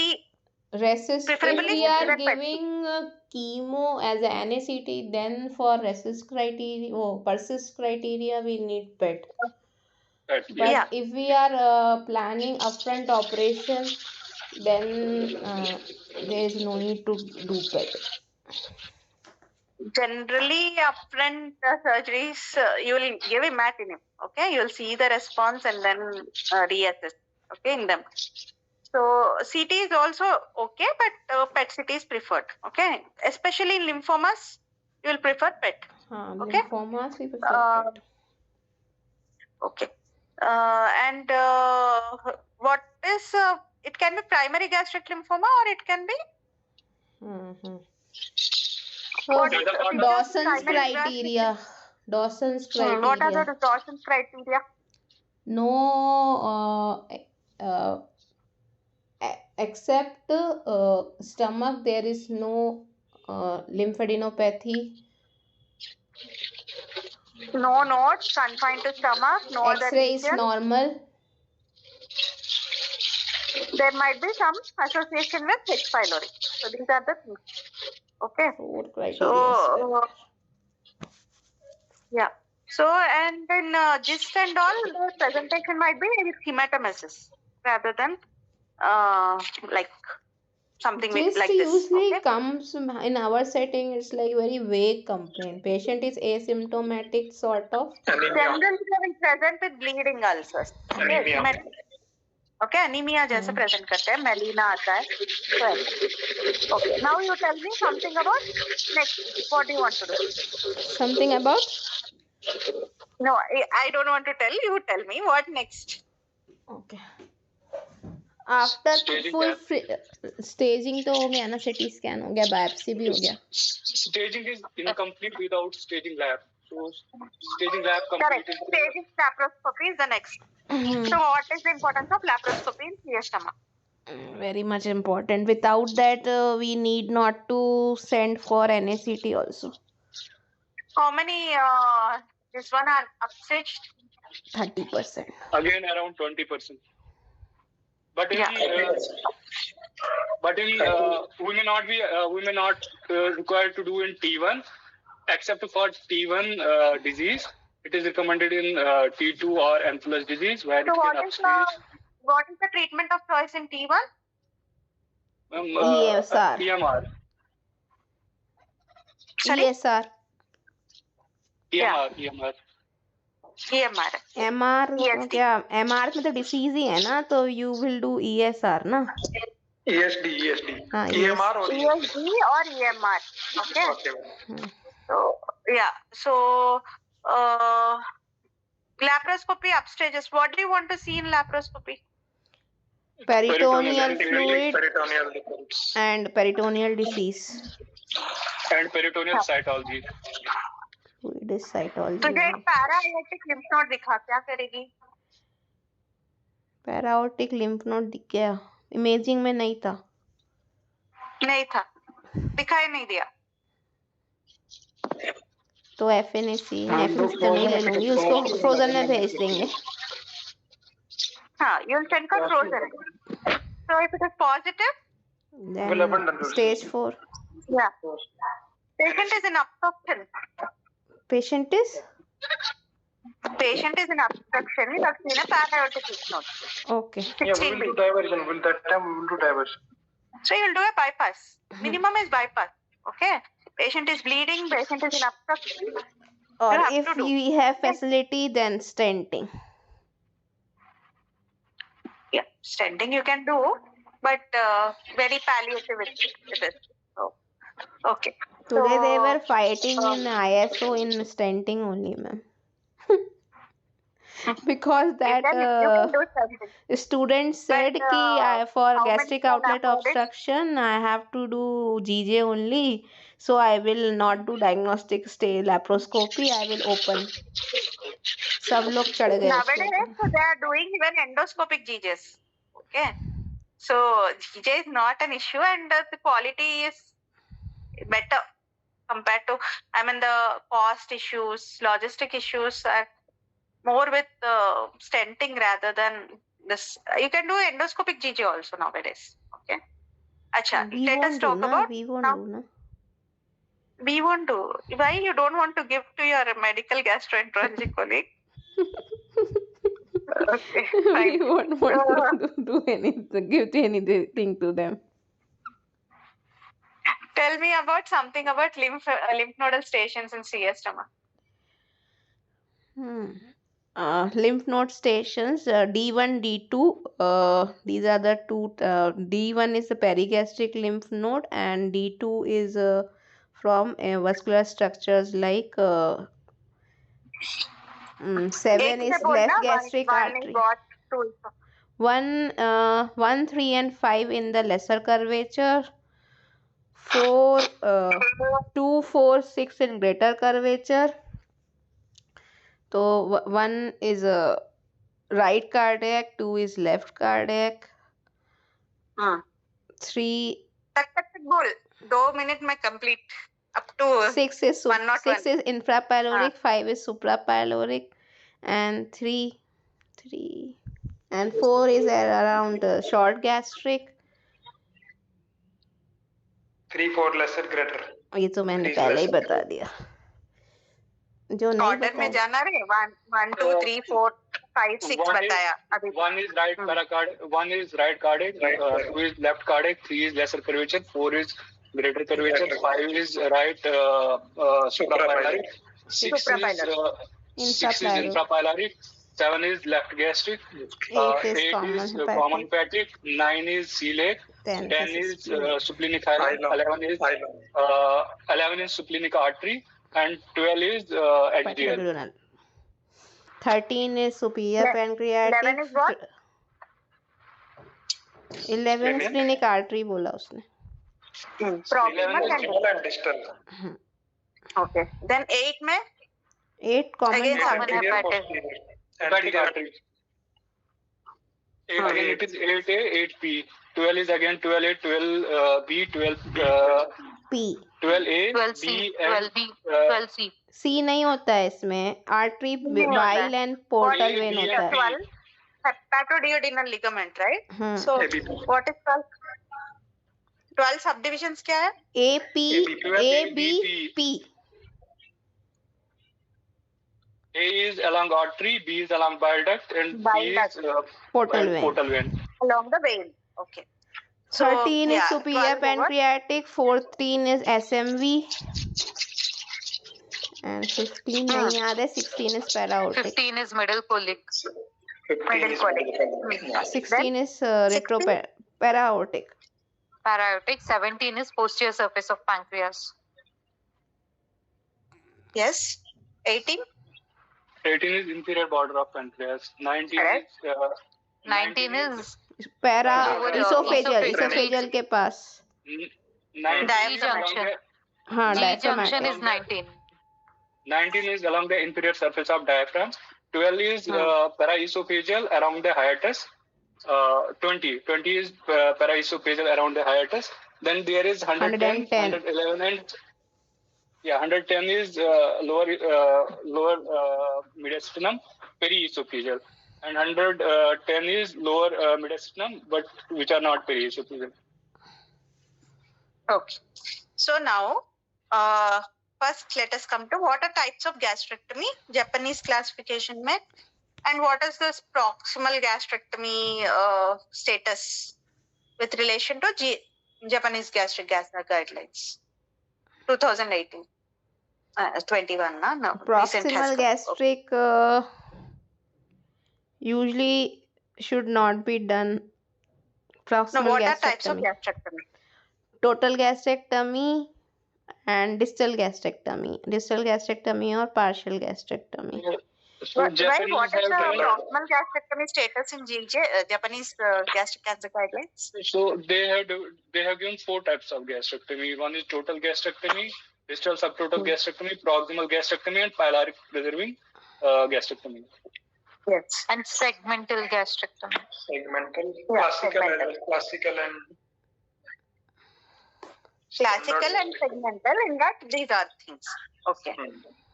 Then, yeah, what are the meaning of all these things? First, you tell me, what is proximal radical gastrectomy? And where is it done? It is usually done in GE junction disease. Type 2 CVT and Type 3. cardia. Type 3, na ma'am? So, type 3 is that which goes into the stomach. Okay. Type 2 is G Type junction. 2 is G Type 1 junction. is to the esophagus. Esophagus. Yeah. So now, as per Japanese gastric cancer guidelines, where is it indicated? Proximal radical gastrectomy. And what are the lymph nodes removed? In proximal gastric, we will remove 1920 along with 1 and 3 and 4. 1, 2 SA, 3, 4, and 7. 4 I 7 think तक तो don't remove. 7 के उधर D2 तो करेंगे, नीचे वाला तो सब करेंगे. नहीं अलग है. No, all you don't have to do. We have to do 7, we have to do 11P and 3, 4, 7, 5, 9, 11 and 8 we will do, I think.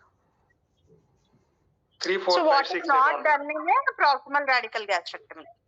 What are the levels that are not removed? 5, See, 6, generally D2 5. is till 12, right? So what are the levels that are specifically not removed in a proximal radical gastrectomy? 3B, 4, 5, 6. 10 we won't remove. Nodes along hepatodigonal we had to not remove. We will not remove. When will we remove 10? When greater curvature lesion in disease is greater there. momentum, greater curvature. Greater curvature tumor. Okay. So when the tumor is along greater curvature, you do D2 plus 10. Right. So 5, 6 are not Fine. removed in proximal radical gastrectomies. Okay. So what about 3B, left gastric, branches of right gastric along with 3B. Yeah. So when will you remove 14? 14 when level 6 is positive, we'll remove 14. Yeah, when level 6 is positive. And when will you remove 13? 13 when duodenum में extension है, then we will remove 13. Yeah, posterior extension or pancreatic head extension. Then you will remove 13. Okay. Then what about 16? 16 para-aortic. It is not in our setting, but generally Japanese will do something called If it is extended D2. They'll do the para-aortic lymph node dissection also. Okay. So after NACT, sometimes if it is the only isolated area of metastasis, then they will do this 16 lymph node. Okay. So what are the lymph node stations? What is the trial which told D1 and D2 comparison? Dutch trial. Dutch MRC and Italian trial. So what was the conclusion? That if we are not doing splenectomy and pancreatic what was the dissection, primary endpoint they looked at, and what was the conclusion? 15-year overall survival is better in D2 as compared to D1 when we are not doing extended You are telling resection. Dutch or you are telling MRC? I am telling Dutch only. Yeah, Dutch, what did you tell? After 15 years, when they have observed in a subgroup analysis, they saw the patient who not underwent extended resection like splenectomy or pancreas, and they have underwent D2 resection, their overall survival is better than D1. So, general Dutch trial conclusion was there was no overall survival benefit. Okay, either it is D2 or they did over 11 years. Okay, primary analysis. Okay, then follow up has come. What you told is 15 years. follow up has come. 15 years follow up has come. Yeah. So In that, what did they tell? The prime results were there was this D2 dissection was associated with increased period of mortality, and it was not associated with any DFS or OS. But after 15 years, is not there. Yeah. Yes, after 15 years, there was trend for OS. OS benefit, correct. And one. And what did MRC trial tell? Yes, ma'am. MRC trial tell? MRC trial, same results. There was increased period of mortality, no DFS or OS. No, did it tell that D1 is better or D2 is better? Ma'am, there was no significant advantage of D2 or D1. But after MRC trial was a negative trial, ma'am. The increased period of mortality. trial was negative trial, and yes, it told against D2. Okay. So they told at the end of 5 years that in D1 there was D1 people had a better survival because why MRC has failed because they did not know how to do. So there were more amount of complications before they did MRC analysis. No, when they have done Dutch trial, they have trained the Japanese surgeons and all. They have trained the people, and then the incidence of complications was less. So the D2 benefit has come out. But this when MRC trial was done, no, so most of them who had done D2, they ended up with more of the complications because not knowing how to do the procedure. So that time they have concluded that D1 is better than D2. Okay. So in that, madam, they have done all the patients for DPS. They did pancreaticosplenectomy, which caused more of morbidity. So it was associated with more morbidity, and it was associated with increased period of mortality. So then when critical analysis was done, it was presumed that this increased mortality may have likely offset the benefits of D2. Yes. So, but the real, like what was the bottom line is that they did not know how to do the procedure safely to that time. And there was no overall survival benefit that they have shown or recurrence-free survival benefit. Whereas in Dutch trial, they were more trained. However, it also has not shown any overall survival benefit in its primary analysis. But when they have done the follow-up interim, that results have shown trend towards overall survival. Okay. Then what is compliance and what is contamination in D2? इसमें overall survival इसमें भी नहीं है. इसमें what I am seeing, death rate, local recurrence and local after 15 years, they have seen that the local regional recurrence decreases with D2. But there will be high post-op mortality. So because this also was attributed to that doing routinely pancreaticosplenectomy. Later on, they have excluded that pancreaticosplenectomy is not mandatory to be done unless there are notes sitting there. So that was the पहले wrong बोल दिया ना, OS benefit नहीं था, local regional recurrence benefit था. But there was no. In initial analysis, there was no overall survival benefit. In 15 years, more than 15 years, when they have released the results, no, that time local regional recurrence has decreased. Okay. So as he told, there was trend towards overall survival benefit. However, that was not concluded that there was overall survival benefit. There was trend only. Okay. Then any other trials, you know? JCOG 110, no splenectomy should be done for all the patients. JC 1001, no omentectomy should be done. There is JCOG trial. No, I am asking with respect to D1, D2, any other trials, you know, other than Dutch and Japanese cancer group, they conducted JCOG trial D1, D2 versus extended. That is D3 dissection, where Yes. in D3 did not it didn't show any survival advantage over D2. Yes. So they did a few, apart from the JCOG, they did some Taiwan trials also. 9501 trial, paraotic node dissection also. That is JCOG trial. JCOG, that is a node, paraotic node dissection. There were some Italian gastric cancer trials also, which told that D2 is better, but however, there was no overall survival benefit. Okay, their primary conclusion point was overall survival, and secondary endpoints were disease-free survival, morbidity, and mortality. And they told that D2 is better than D1, but not with no overall survival benefit as such. Okay, and okay, I was asking you what is compliance and what is contamination in D2. Contamination is, madam, when you are doing some, it's not a part of D2. For example, in proximal gastric cancer, hepatoduodenal ligament is not a part of D2. If you remove that node, that will invariably you are contaminating the results. Non-compliance is, for example, proximal, you have to remove proximal D2 node. You are not removing that. Something that you are not removing it. So, okay, when you are removing extra, it is contamination. When you are not removing what is to be removed, that is lack of compliance. Okay.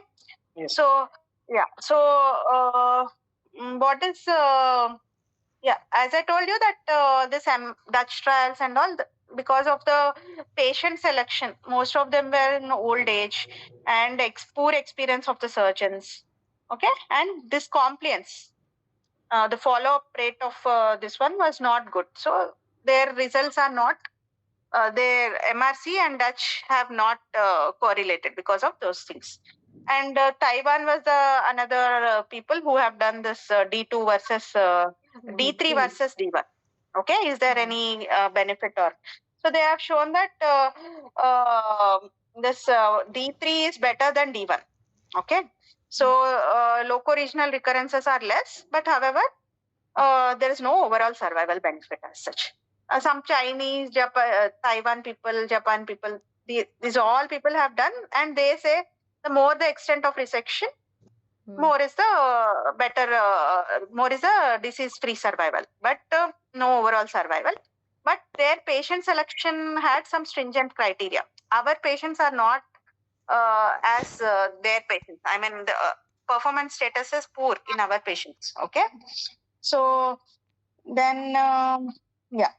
So D2 plus, as he told, JCOG was one trial. Okay. yes. So what did D2 plus conclude? Ma'am, JCOG conclude?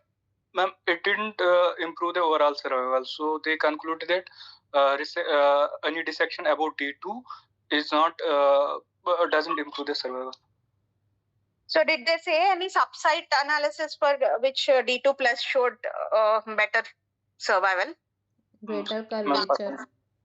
Antral growth, they told it's better coverage, better survival. Okay. So now meta-analysis of D1 versus D2, D3, what did they tell? Memon et al. है ना? What did it tell? D1 had fewer complications with similar 5-year survival. Yeah, there was no overall survival benefit. In D3, complications and morbidity was more. So D2 is ideal. D1 is very less. There was increased incidence of locoregional recurrence. D3 is poor, like it has more complications, morbidity, with no overall survival benefit. So D2 is ideal is what meta-analysis has told. There were some 8 randomized control trials that were included, I think. Okay. So out of which 8 randomized control trials may say, none of them had shown overall survival or disease-free survival benefit with D3 versus D2. 8 have compared D3 versus D2, whereas 5 have compared D1 versus D2. Okay. So what is the role of pancreaticosplenectomy? When is it indicated? It should not be routinely done. It should be done direct infiltration. If there is direct infiltration of spleen. Oh, yes. And anything like greater curvature mein? Along the greater curvature, ma'am, splenectomy can be done, but few studies are coming कि isolated level 10 lymph node can also be removed without doing splenectomy. So, what were this JCOG studies telling about the pancreatic splenectomy? It increases morbidity. It should not be standard of care. Not advised. Yeah, so their primary endpoint was to study overall survival, and secondary endpoint was to see recurrence-free survival and quality of life. So, removing, I mean, in proximal gastric cancers or whenever it is involved, the removing of doing splenectomy is associated with increased morbidity along with blood loss and all. But the results were non-inferior to the in those where we have not done pancreatic splenectomy. So that was their conclusion. So yeah, then what else? Yeah, para-aortic lymph node dissection. Currently, it is recommended for only tumors which have enlarged pre-NSCT nodes along the celiac axis. Otherwise, should not be done. What is incidence of para-aortic lymph node involvement in CS stomach? It is high. It is around 20 to 30%. Yeah, you're close. Around 8 to 28%. Okay. So, any benefit of para-aortic lymph node dissection in Japanese studies they have shown 5 years survival? OS No, same. they didn't show any. There was no overall survival benefit, but at the end of 5 years, like they have shown some 20% benefit. Okay. Some Japanese names are there. I forgot that names. Okay. So, suppose post NACT they disappear. Para-aortic lymph nodes. They were there before. What is your line of management in that case? Ma'am, it should be done. For curative treatment.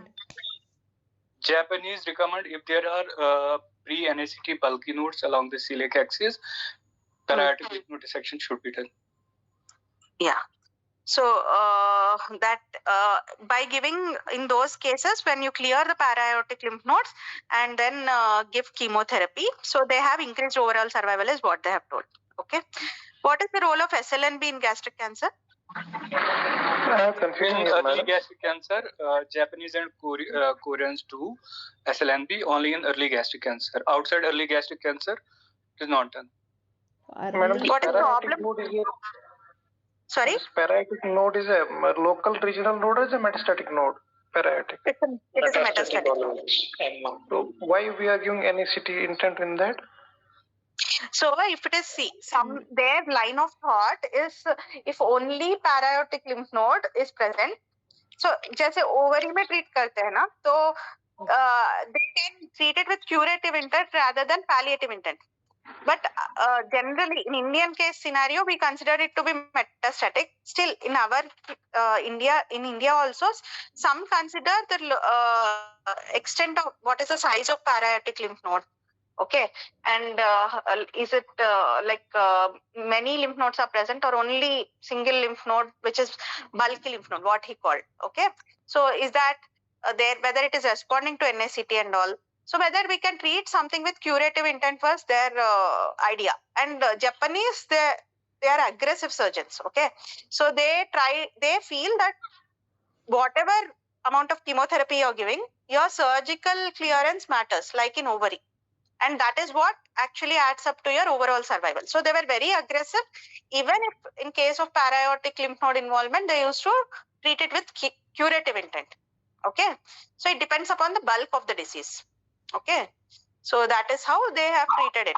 But so in Indian scenario, if in our cases relating to your exams, if it is a para-aortic lymph node, you will not treat it with curative intent. Okay. But another thing is that is same peritoneal fluid positivity, same criteria. If peritoneal fluid positivity is there, We will give Some NACT. consider it to be disseminated metastasis, but some consider if it is the only this one, if it response to NACT is better, then you can treat it with curative intent. But it's all like debatable. Because And you अभी तो tell what is हाईपैक there in भी आ guideline. गया है ना, CS stomach में हाईपैक भी आ गया है, तो PCI less Yeah, than 10 is there, but then we can do for HIPEC 8, plus CRS. 8 I think. 10, Yeah. 10. 8. 8. It's 8. Okay. Yeah. So, but see, don't touch the debatable areas. NCCN guidelines as of now, if para-aortic is there, to treat it not with curative intent, it's palliative intent. Okay. So, if it is a peritoneal disease, HIPEC, patient in good performance status, if you can give 8 CC score, then only you can PCI, then only you can treat it with HIPEC. Okay. So, for now, as per your exams, answers are concerned, para-aortic is a metastatic. Okay, so treat it with palliative intent. But these were the trials which were done by Japanese. So if someone goes and they will ask you what Japanese have done, then you tell all. NCCN it's less than 10. What? PCI. I think it is I have 8. opened my NCCN because I was very It is sure different for about this. different criteria for different studies. That's HIPEC takes 8, somebody takes some other. Whatever somebody says, but NCCN says 10. Yeah. I remember it at 8, but if it is there, then you remember that only. Okay.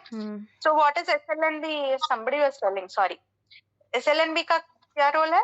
Ma'am, SLN is done only routinely done only in by Japanese and Koreans in early stage gastric cancer. Outside early stage gastric cancer, there is no role of SLN. Yeah. How much is the pickup in early gastric cancer? Any idea? पता नहीं. Ma'am, trials ही नहीं पता है. What are the trials of SLNB in CS stomach? They are this Japanese trials only, right? JCOG trials only, but numbers I don't remember. Okay. So, but 85% pickup will be there. Okay, in early gastric cancer. Can you avoid D2 in any gastric cancer? In which case scenario you can avoid D2? Yes, only D1 is sufficient. If patient is T1 disease, but that is not that is outside the criteria of EMR or ESD. There we can do only D1. Yeah, and T1 and not negative. T1B not negative, undifferentiated. You can do it in T2 N0 less than 4 centimeters. Then also it can be considered. Okay. So, and what else? HIPEC role in any prophylactic HIPEC trials were tried. T4 Gastro chip. Yes.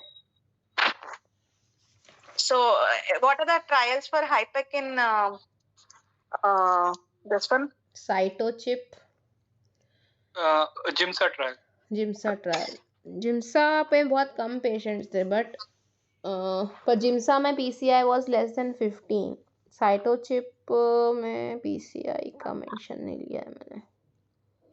Okay, can you use ICG for anastomotic leak? No, that to assess anastomosis, to increase the lymph nodal yield.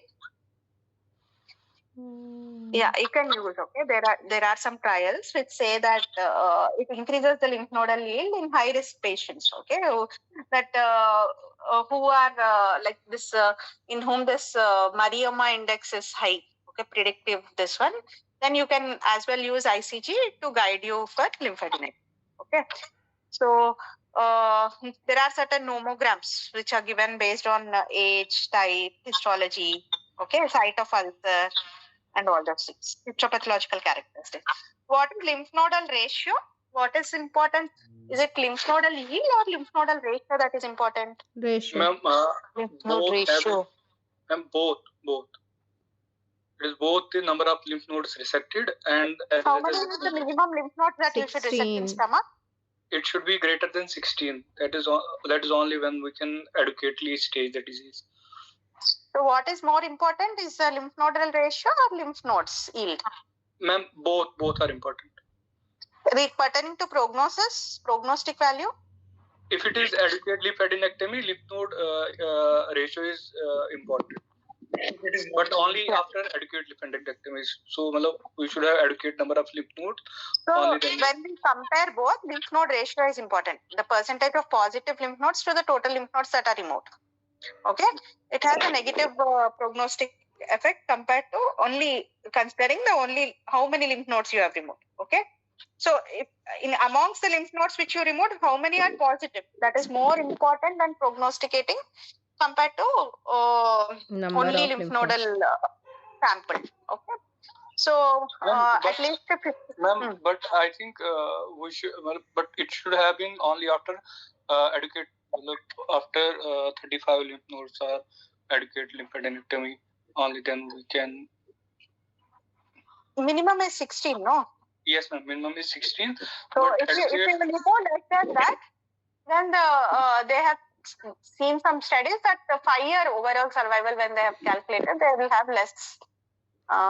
It's one of the indication of adjuvant RT if less than 16 lymph nodes has been removed, or if D1 dissection has been done. Yeah, and among what you have removed, if it is more than 11 are positive, then they have unfavorable prognosis. Okay, and their overall survival is decreased. Okay, so and I've asked you about compliance, contamination, and Madam, it's 11:30. You want to sleep, otherwise you will say ki 11 o'clock you told. Yeah, fine, no problem. For me, it's okay. For me, it's okay, but for you, you have to go for rounds tomorrow, na?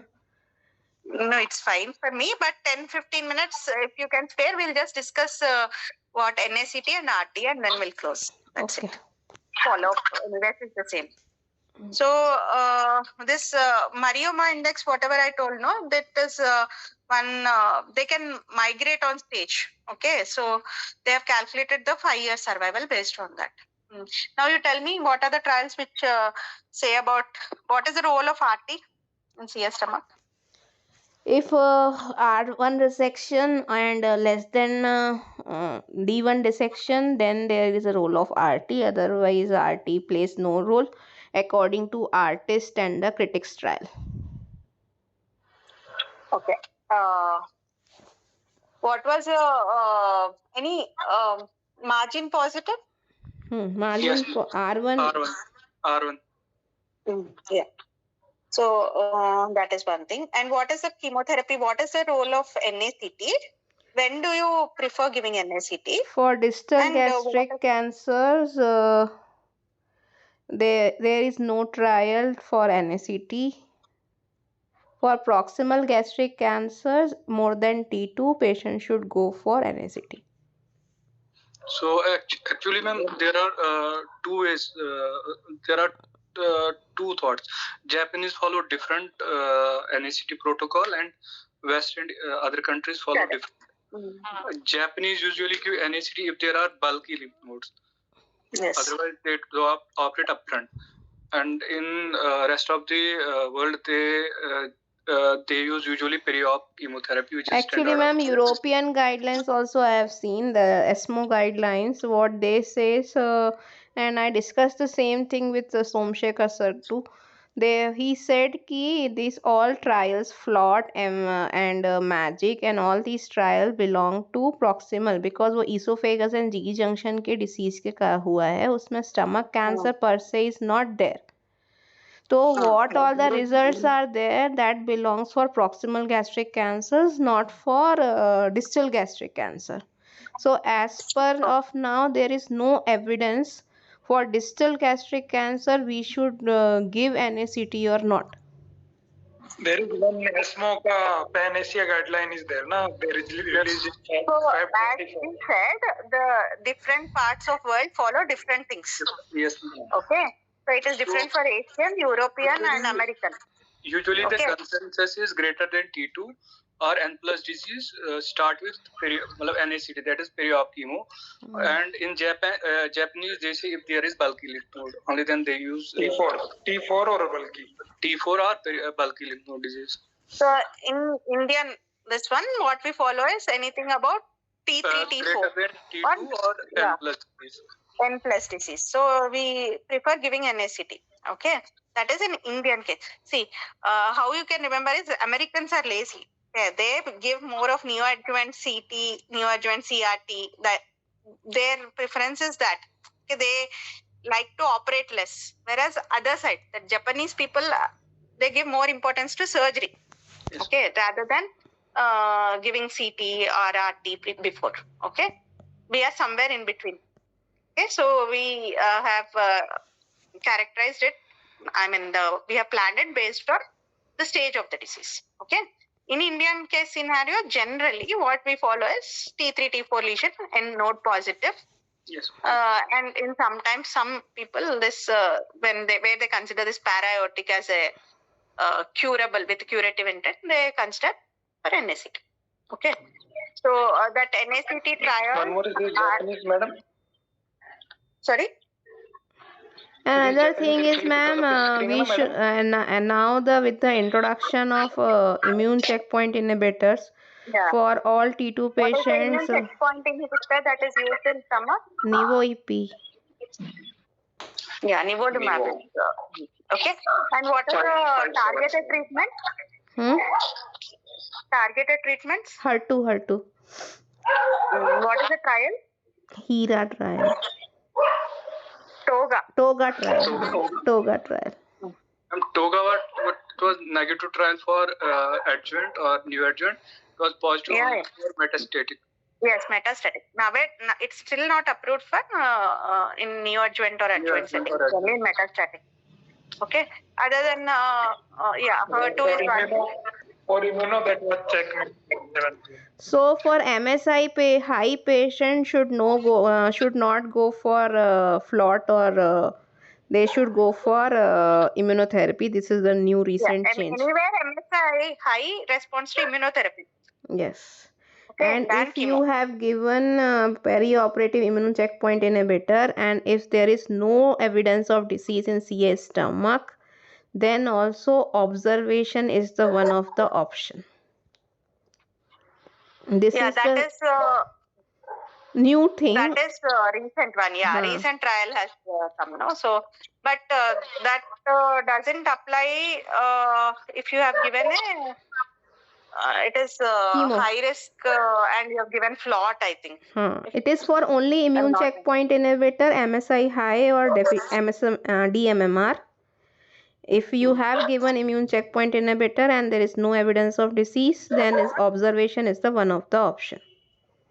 Yes. So, what else we have left? Follow? How do you do? Follow up every 3 months. And after 3 months, what will you do on follow-up? Clinical examination and USG. So clinical examination, blood chemistry, upper GI endoscopy and CT. They are used in the follow-up. But every 3 months you don't do? No, they are used at different intervals, but these are the investigation that we should do. Physical examination, blood chemistry, upper GI endoscopy and CT. What NCCN says, CT chest and abdomen every 6 months for first 2 years. Yes. Then annually up to 5 years. 5 years. And we have, if TG we have done, then we have to see that nutritional deficiencies. What are the nutritional deficiencies? The last one I want to ask, what nutritional deficiencies can occur? Iron deficiency, vitamin B12 deficiency and calcium deficiency. How do you give? When do you give?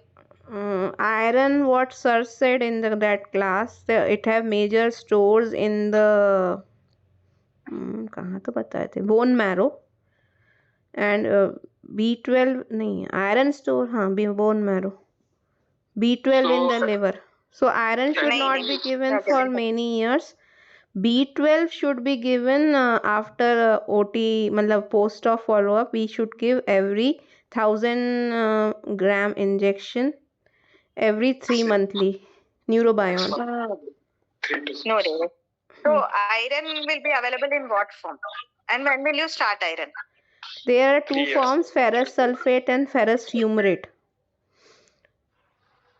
Though and ferrous sulfate, Which has more bioavailability? fumarate has more bioavailability than ferrous sulfate, and the fumarate can be given OD or BD, but sulfate if we want to give, then TDS should be given. ऐसा वो sir So ने what- बोला था. What is the availability in that iron tablet? How much It's less percentage? 20% around. Very less. If I'm not wrong, it is 33% or something. Okay. So, and vitamin B, when will you start? Generally after 6 months. Okay. Okay. Till that, body stores will be there. Okay. And how frequently will you give B12? B12 3 monthly or 2 to 3 monthly, sir told. Sir told, I have not So read in the book.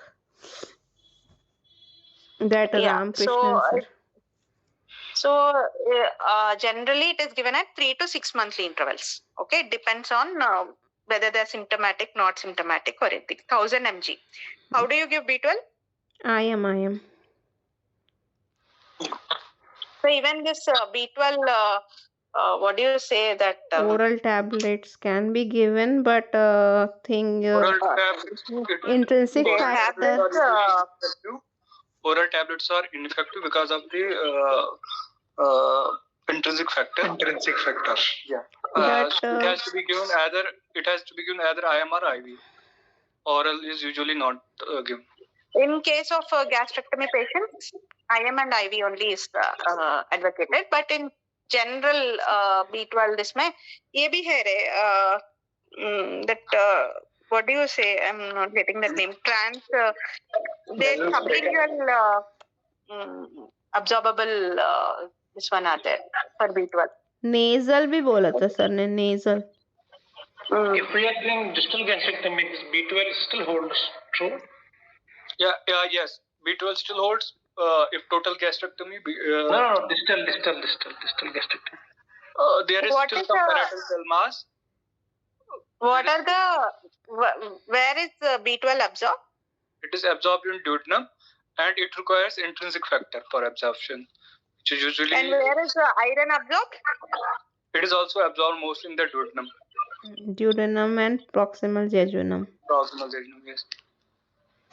And B12 absorbed in ileum, but they require intrinsic factor which is generated in the stomach. Yes, ileum is there. And so much there, na, madam, remaining. Do you still need? You give even in distal. Okay. Okay. Anything else that we have not touched? Ma'am, definition of DRG, 2/3 of the stomach Definition should of be. early gastric cancer, advanced gastric cancer, Borman's classification, Japanese classification. And अभी molecular classification भी आ गया है, TOGA classification. Molecular classification भी है. So this whatever that Borman's, Japanese, all this early and that submucosal SM1, SM2, whatever they have given in endoscopic this one. And there are, what are the indications for EMR, ESD? How will you do it? So these are the things that we didn't touch upon. I think other than that, we have covered. Thank you, ma'am. We'll read it. What all remaining, I will read it. Thank you. Yeah. Okay. Bye. Thank you, ma'am. Good night. Bye.